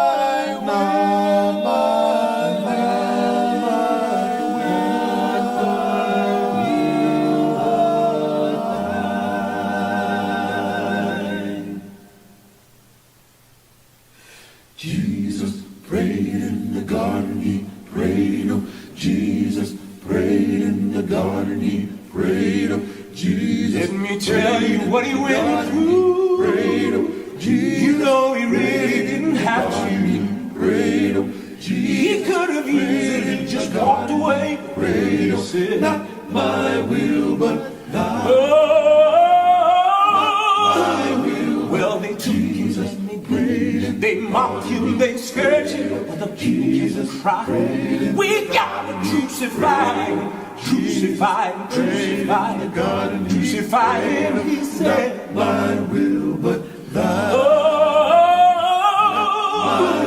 Well, they hung him there, searching out the relief. They nailed him there in public, right between the two eyes. He tasted the human touch of the cruelest kind. He said, not my will, but thy.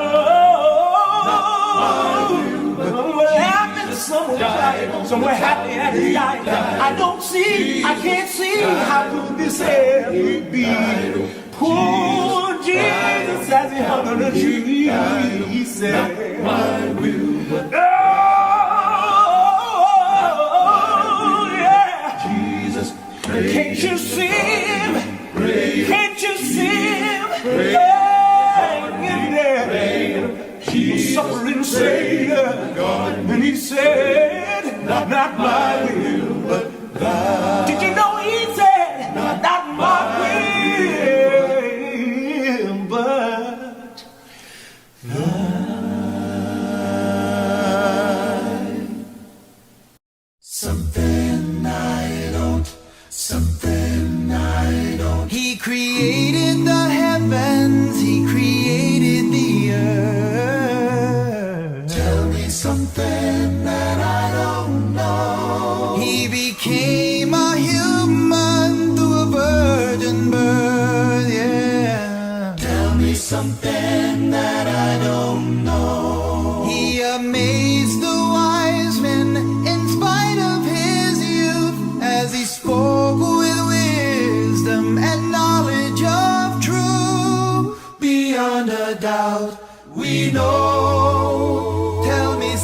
something I don't know. Tell me something that I don't know. Please tell me something I don't know. Tell me something that I don't know. Already know something I don't.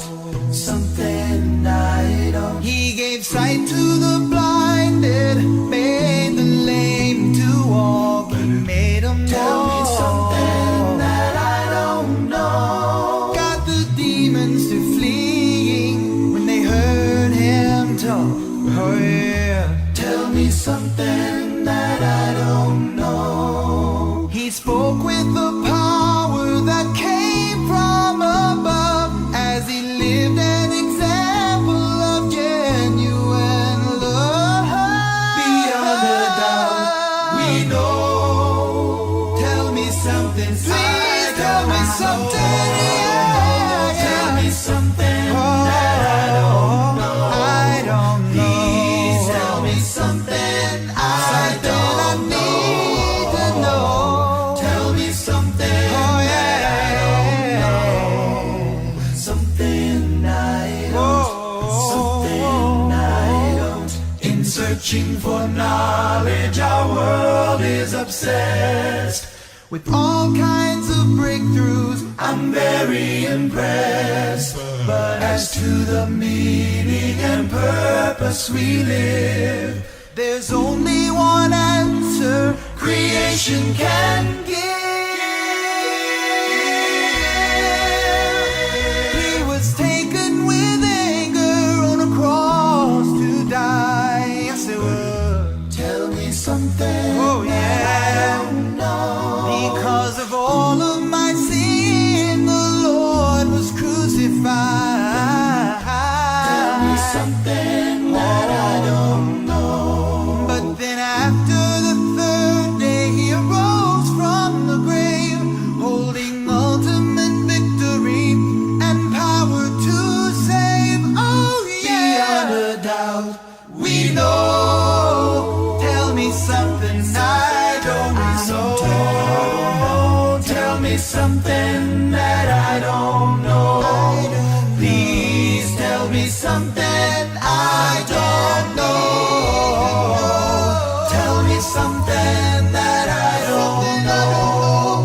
Please tell me something I don't know. Tell me something that I don't know. Please tell me something I don't know. Tell me something that I don't know. Something I don't. Something I don't. Something I don't know.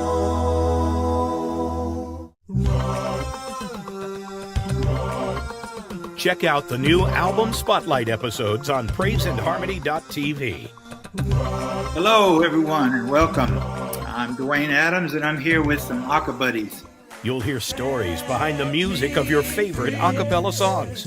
Laugh along with the Acappella guys as you learn how the albums were created. Blazing through because we don't know. Somebody tell me about this album. So, what about this song? I don't remember. Album favorites like Set Me Free, We Have Seen His Glory, and Rescue are available now, and more episodes are being added weekly.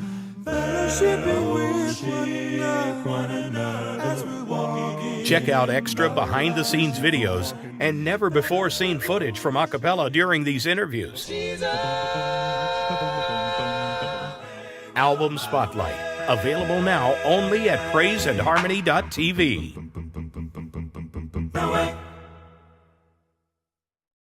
His great example is the one I see. Nobody else is good enough for me. Never will be perfect even though I try. Gonna keep working till the day I die. Of all the great people who have lived before, there's not another person who has loved us more. To make us and to take us underneath his wings. Now my heart can really sing. He is fine for living, is perfect and easy to see. It's for me. So I now want to follow and find out how much I can can be. How much I can be. I wanna be like His him. great example is the one I see. Got to be like Nobody him. else is good enough for me. I wanna be like Never him. will be perfect even though I try. Got to be Gonna like keep him. working till the day I die. I wanna be like His him. great example is the one I see. Got to be like Nobody else is good him. enough for me. I wanna be like Never him. will be perfect even though I try. Got to be Gonna like keep him. working till the day I die. Of all the styles of living that are here today, no, not a single one can show a better way. The life of love and caring for your fellow man is part of his eternal plan. And the selfless devotion within your life can be real. Why not try it and live it, and then you'll know how I feel. You'll know how I feel. I wanna be like His him. great example is the one I see. Got to be like Nobody him. else is good enough for me. I wanna be like Never him. will be perfect even though I try. Got to be Gonna like keep him. working till the day I die. Nobody else but Jesus. Nobody else will do. Nobody else will do. Nobody else but the Savior can ever see me through. For He's holding me and guiding me along this narrow way. Oh, I want to learn my Master's ways. Of all the great people who have lived before, there's not another person who has loved us more. To make us and to take us underneath His wings. Now my heart can really sing. His pattern for living is perfect and easy to see. For me. So I now want to follow and find out how much I can be. How much I can be. I wanna be like His him. great example is the one I see. Got to be like Nobody him. else is good enough for me. I wanna be like Never him. will be perfect even though I try. Got to be Gonna like keep him. working till the day I die. I wanna be like His him. great example is the one I see. Oh, I wanna be. Nobody else is good enough for me. I wanna be like Never him. will be perfect even though I try. Got to be Gonna like keep him. working till the day I I wanna die. be like His him. great example is the one I see. Nobody else is good enough for me. Oh, I wanna be. Never will be perfect even though I try. Gonna keep working till the day I die. Oh, I want to be like him. I wanna be like him.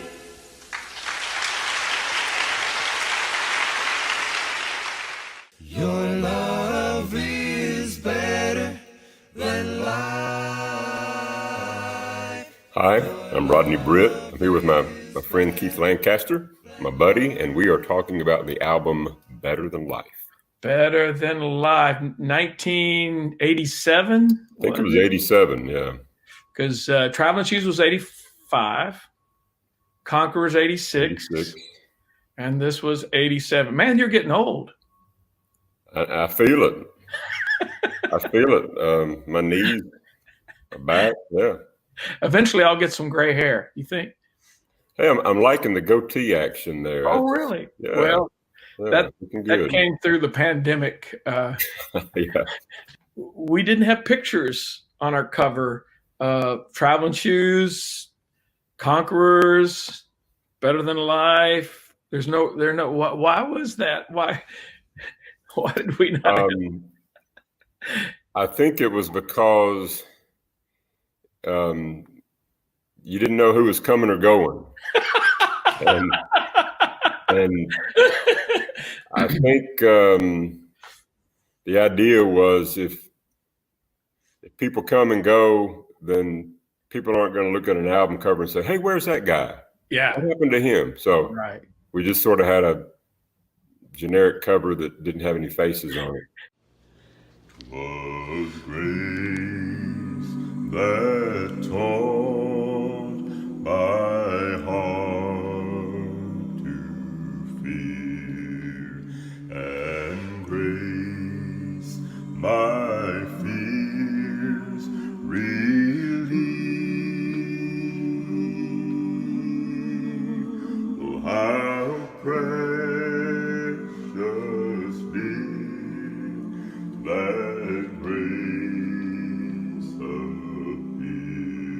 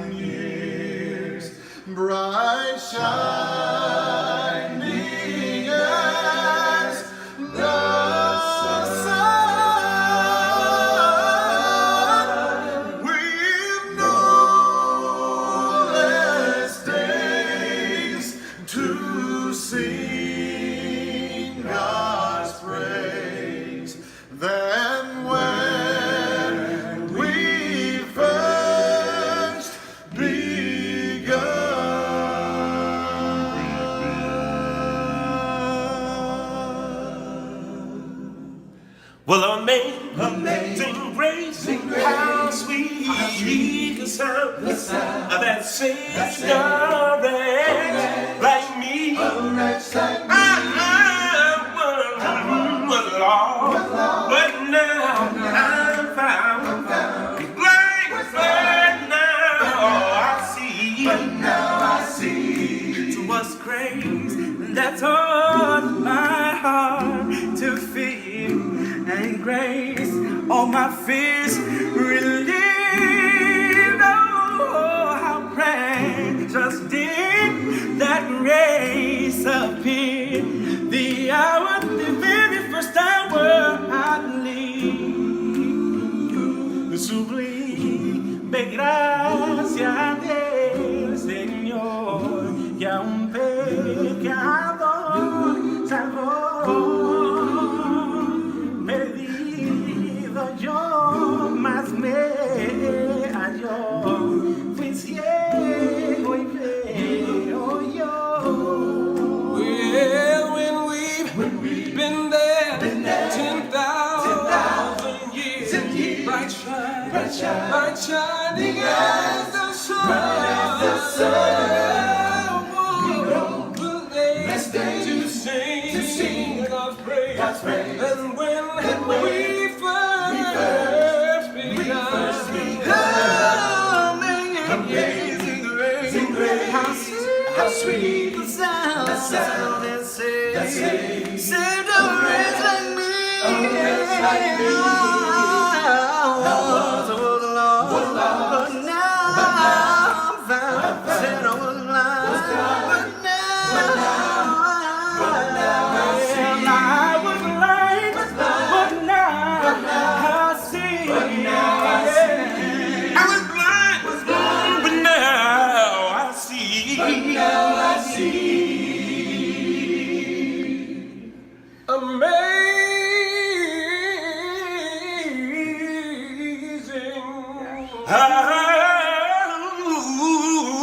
Amazing God's grace.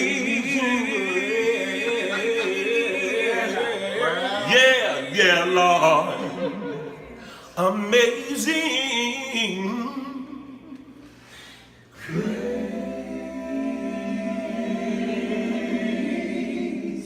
One more time, amazing grace. How sweet the sound.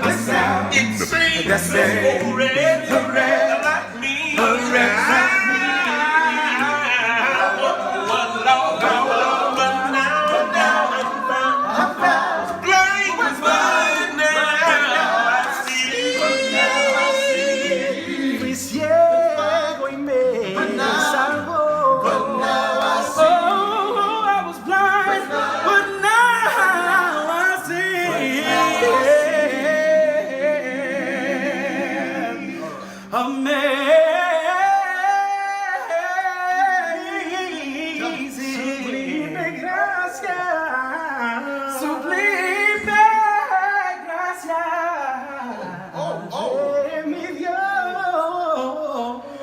It's amazing.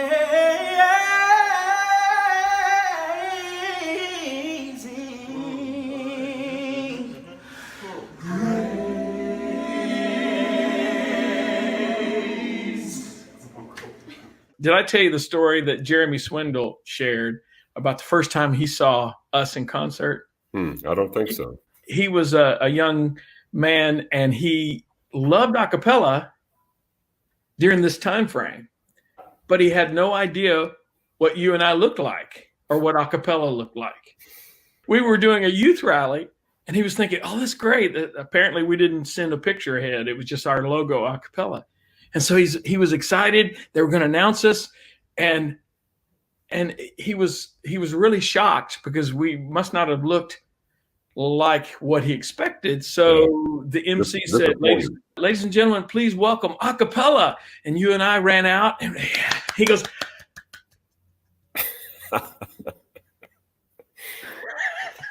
I do every morning when I get up and look in the mirror, that's kind of the same reaction I have about myself. I'm like, What happened? I am longing for your love is better than life. Your love is better than life. Earnestly I seek you, my soul is thirsting for you, 'cause your love is better than life. Your love is better than life.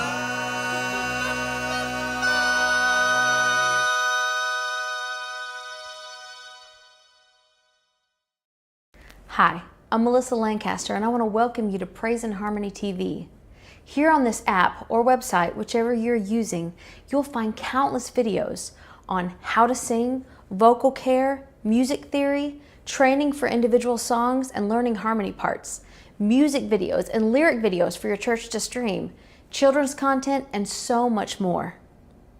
We are adding new content every day, so be sure to take a look around and be sure to sign up for your 3-day free trial.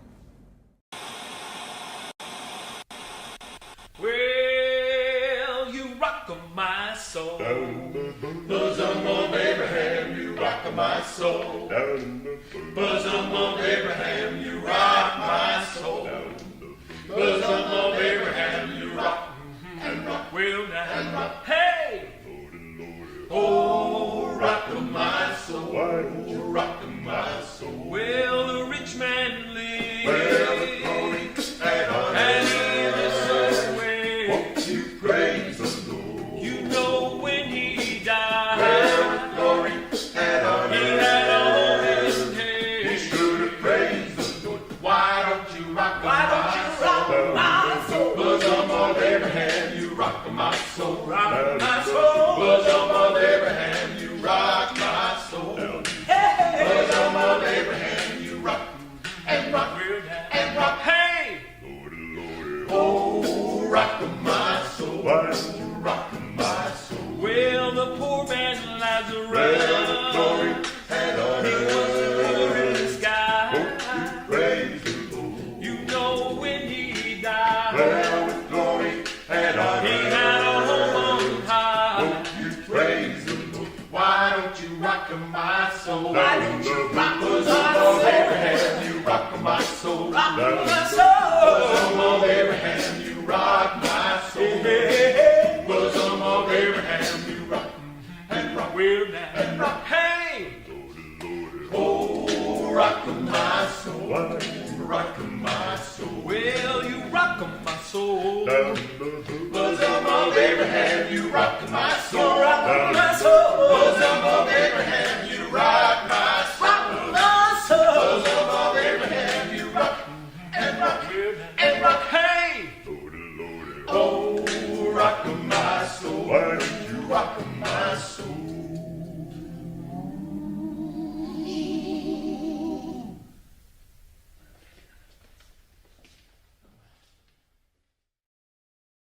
Well, I feel good, good, good. Well, I feel good. Oh, yes, my Lord. Because there's something about the Spirit of Jesus that makes me feel good, good, good, good. Well, I can love, love, love. Well, I can love. Oh, yes, my Lord. Because there's something about the Spirit of Jesus that makes me love good, good, good. Yeah, yeah. Well, I've got joy, joy, joy. Well, I've got joy down in my soul. Because there's something about the Spirit of Jesus that gives me such joy, joy, joy, joy. Well, I can sing, sing, sing. Well, I can sing, oh yes, my Lord. Because there's something about the Spirit of Jesus that makes me sing good, good, good, good. Well, I can serve, serve. Well, I can serve, oh yes, my Lord. Because there's something about the Spirit of Jesus that makes me serve good, good, Do you feel good? Good, so good. Well, if you feel good, then clap your hands, because there's something about the Spirit of Jesus that makes me feel good, good, good. Yeah, yeah. I feel good, good, so good. Well, I feel good. Oh, yes, my Lord, because it's all about something about the sweet Spirit of my Jesus that makes me feel good, good, good. Well, I'm Rodney Britt, and I am here with my friends in Acappella, and we're going to be talking about the album Sweet Fellowship. Don't you think that this album is the most covered of any of the collection of songs you guys have done? In multiple languages. Why is it? Why is this one the one out of all the albums we've recorded? Personally, I think it was because of the focus on simple 4-part harmony, and yet everyone had their own standout part. It wasn't your average 4-part. Let's all sing something off the lead line and make it a quartet kind of thing. It was 4 individual parts that formed a whole. And it was unique and different, and it had of course, the sound was real different too from one album to the next. Big change, and we'll get into that. But I think it just appealed to people and lots of groups out there. And you still hear groups. I mean, almost weekly, I get a new Brazilian quartet sending me a cover of Sweet Fellowship or Now to Him or something. I love hearing people sing these songs, and it just brings a smile to my face. Let's catch up first on what was happening before Sweet Fellowship and leading up to this time. And we'll start with Rodney. Rodney, you had been in the group for what, 3 years at this point? Yeah, I think it was about 3 years. And the last 2 of those years, it was just me and you. The 2 of us singing with tracks. And then, as we have discussed earlier, that we formed a vocal band who kind of stood in behind us. So what had been happening up until this point now was a radical change, and for the better, I would say. Well, with AVB, I mean, there were 7 of us on stage. So George, the first time you heard the group was in California where you were living. Yes. Well, actually a friend, I think, do I remember correctly? A friend twisted your arm to get you to come to one of our concerts. This is what he did. He came to my house. He was a police officer. And he came to my house, and we were eating and talking. And he said, I got this video I want to show you. And he showed me the video of Acapella's, the video you guys had just completed.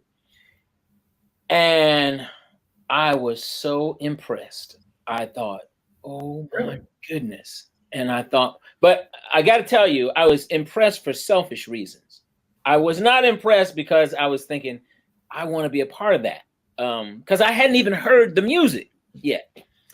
I was just impressed because I was thinking, there are some people doing what I've been dreaming about.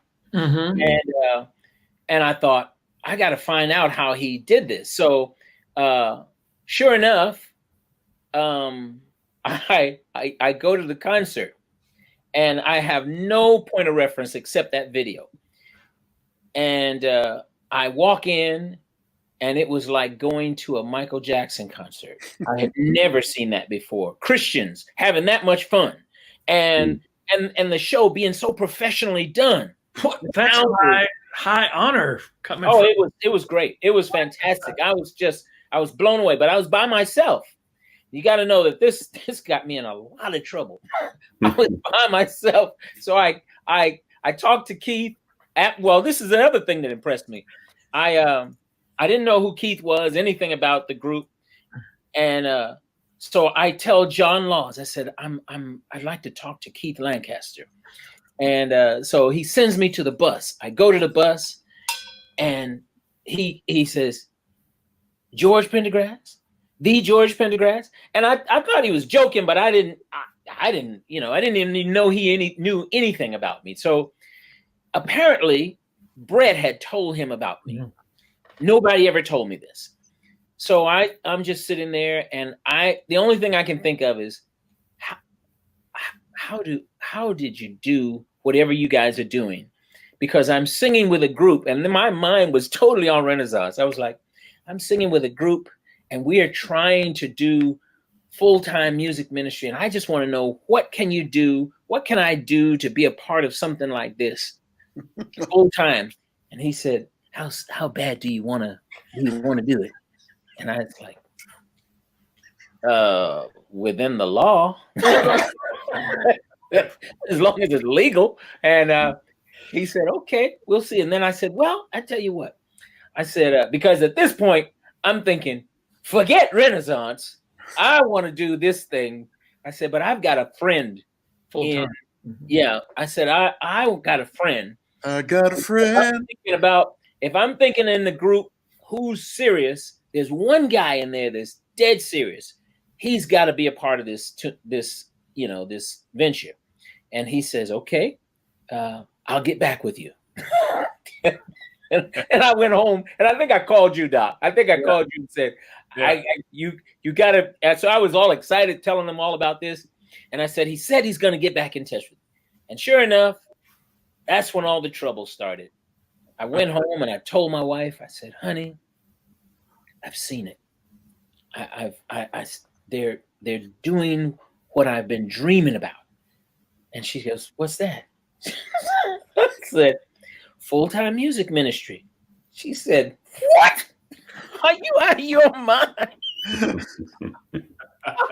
She said, you got 2 degrees and you're a minister and you want to do what?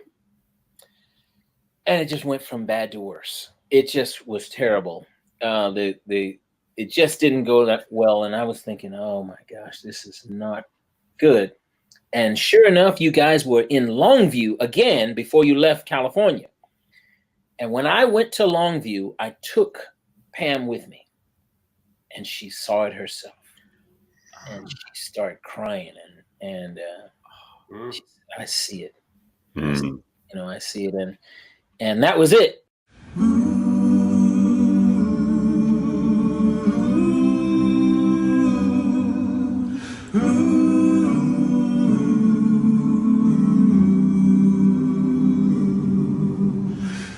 When I'm there with you in heaven, what a wondrous joy will be. Gather with the angel chorus, standing by the glassy sea.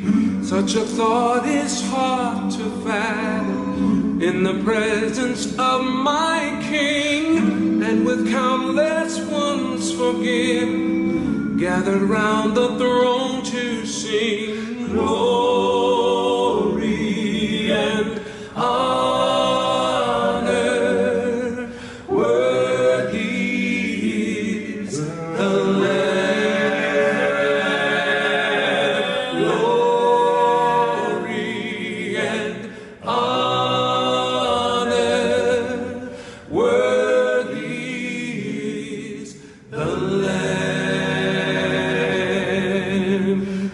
Mortal words cannot express it, all the ways you reign supreme. Even death can't hold the vastness, nor approach this awesome thing. You are God, and to your glory we will worship and abide.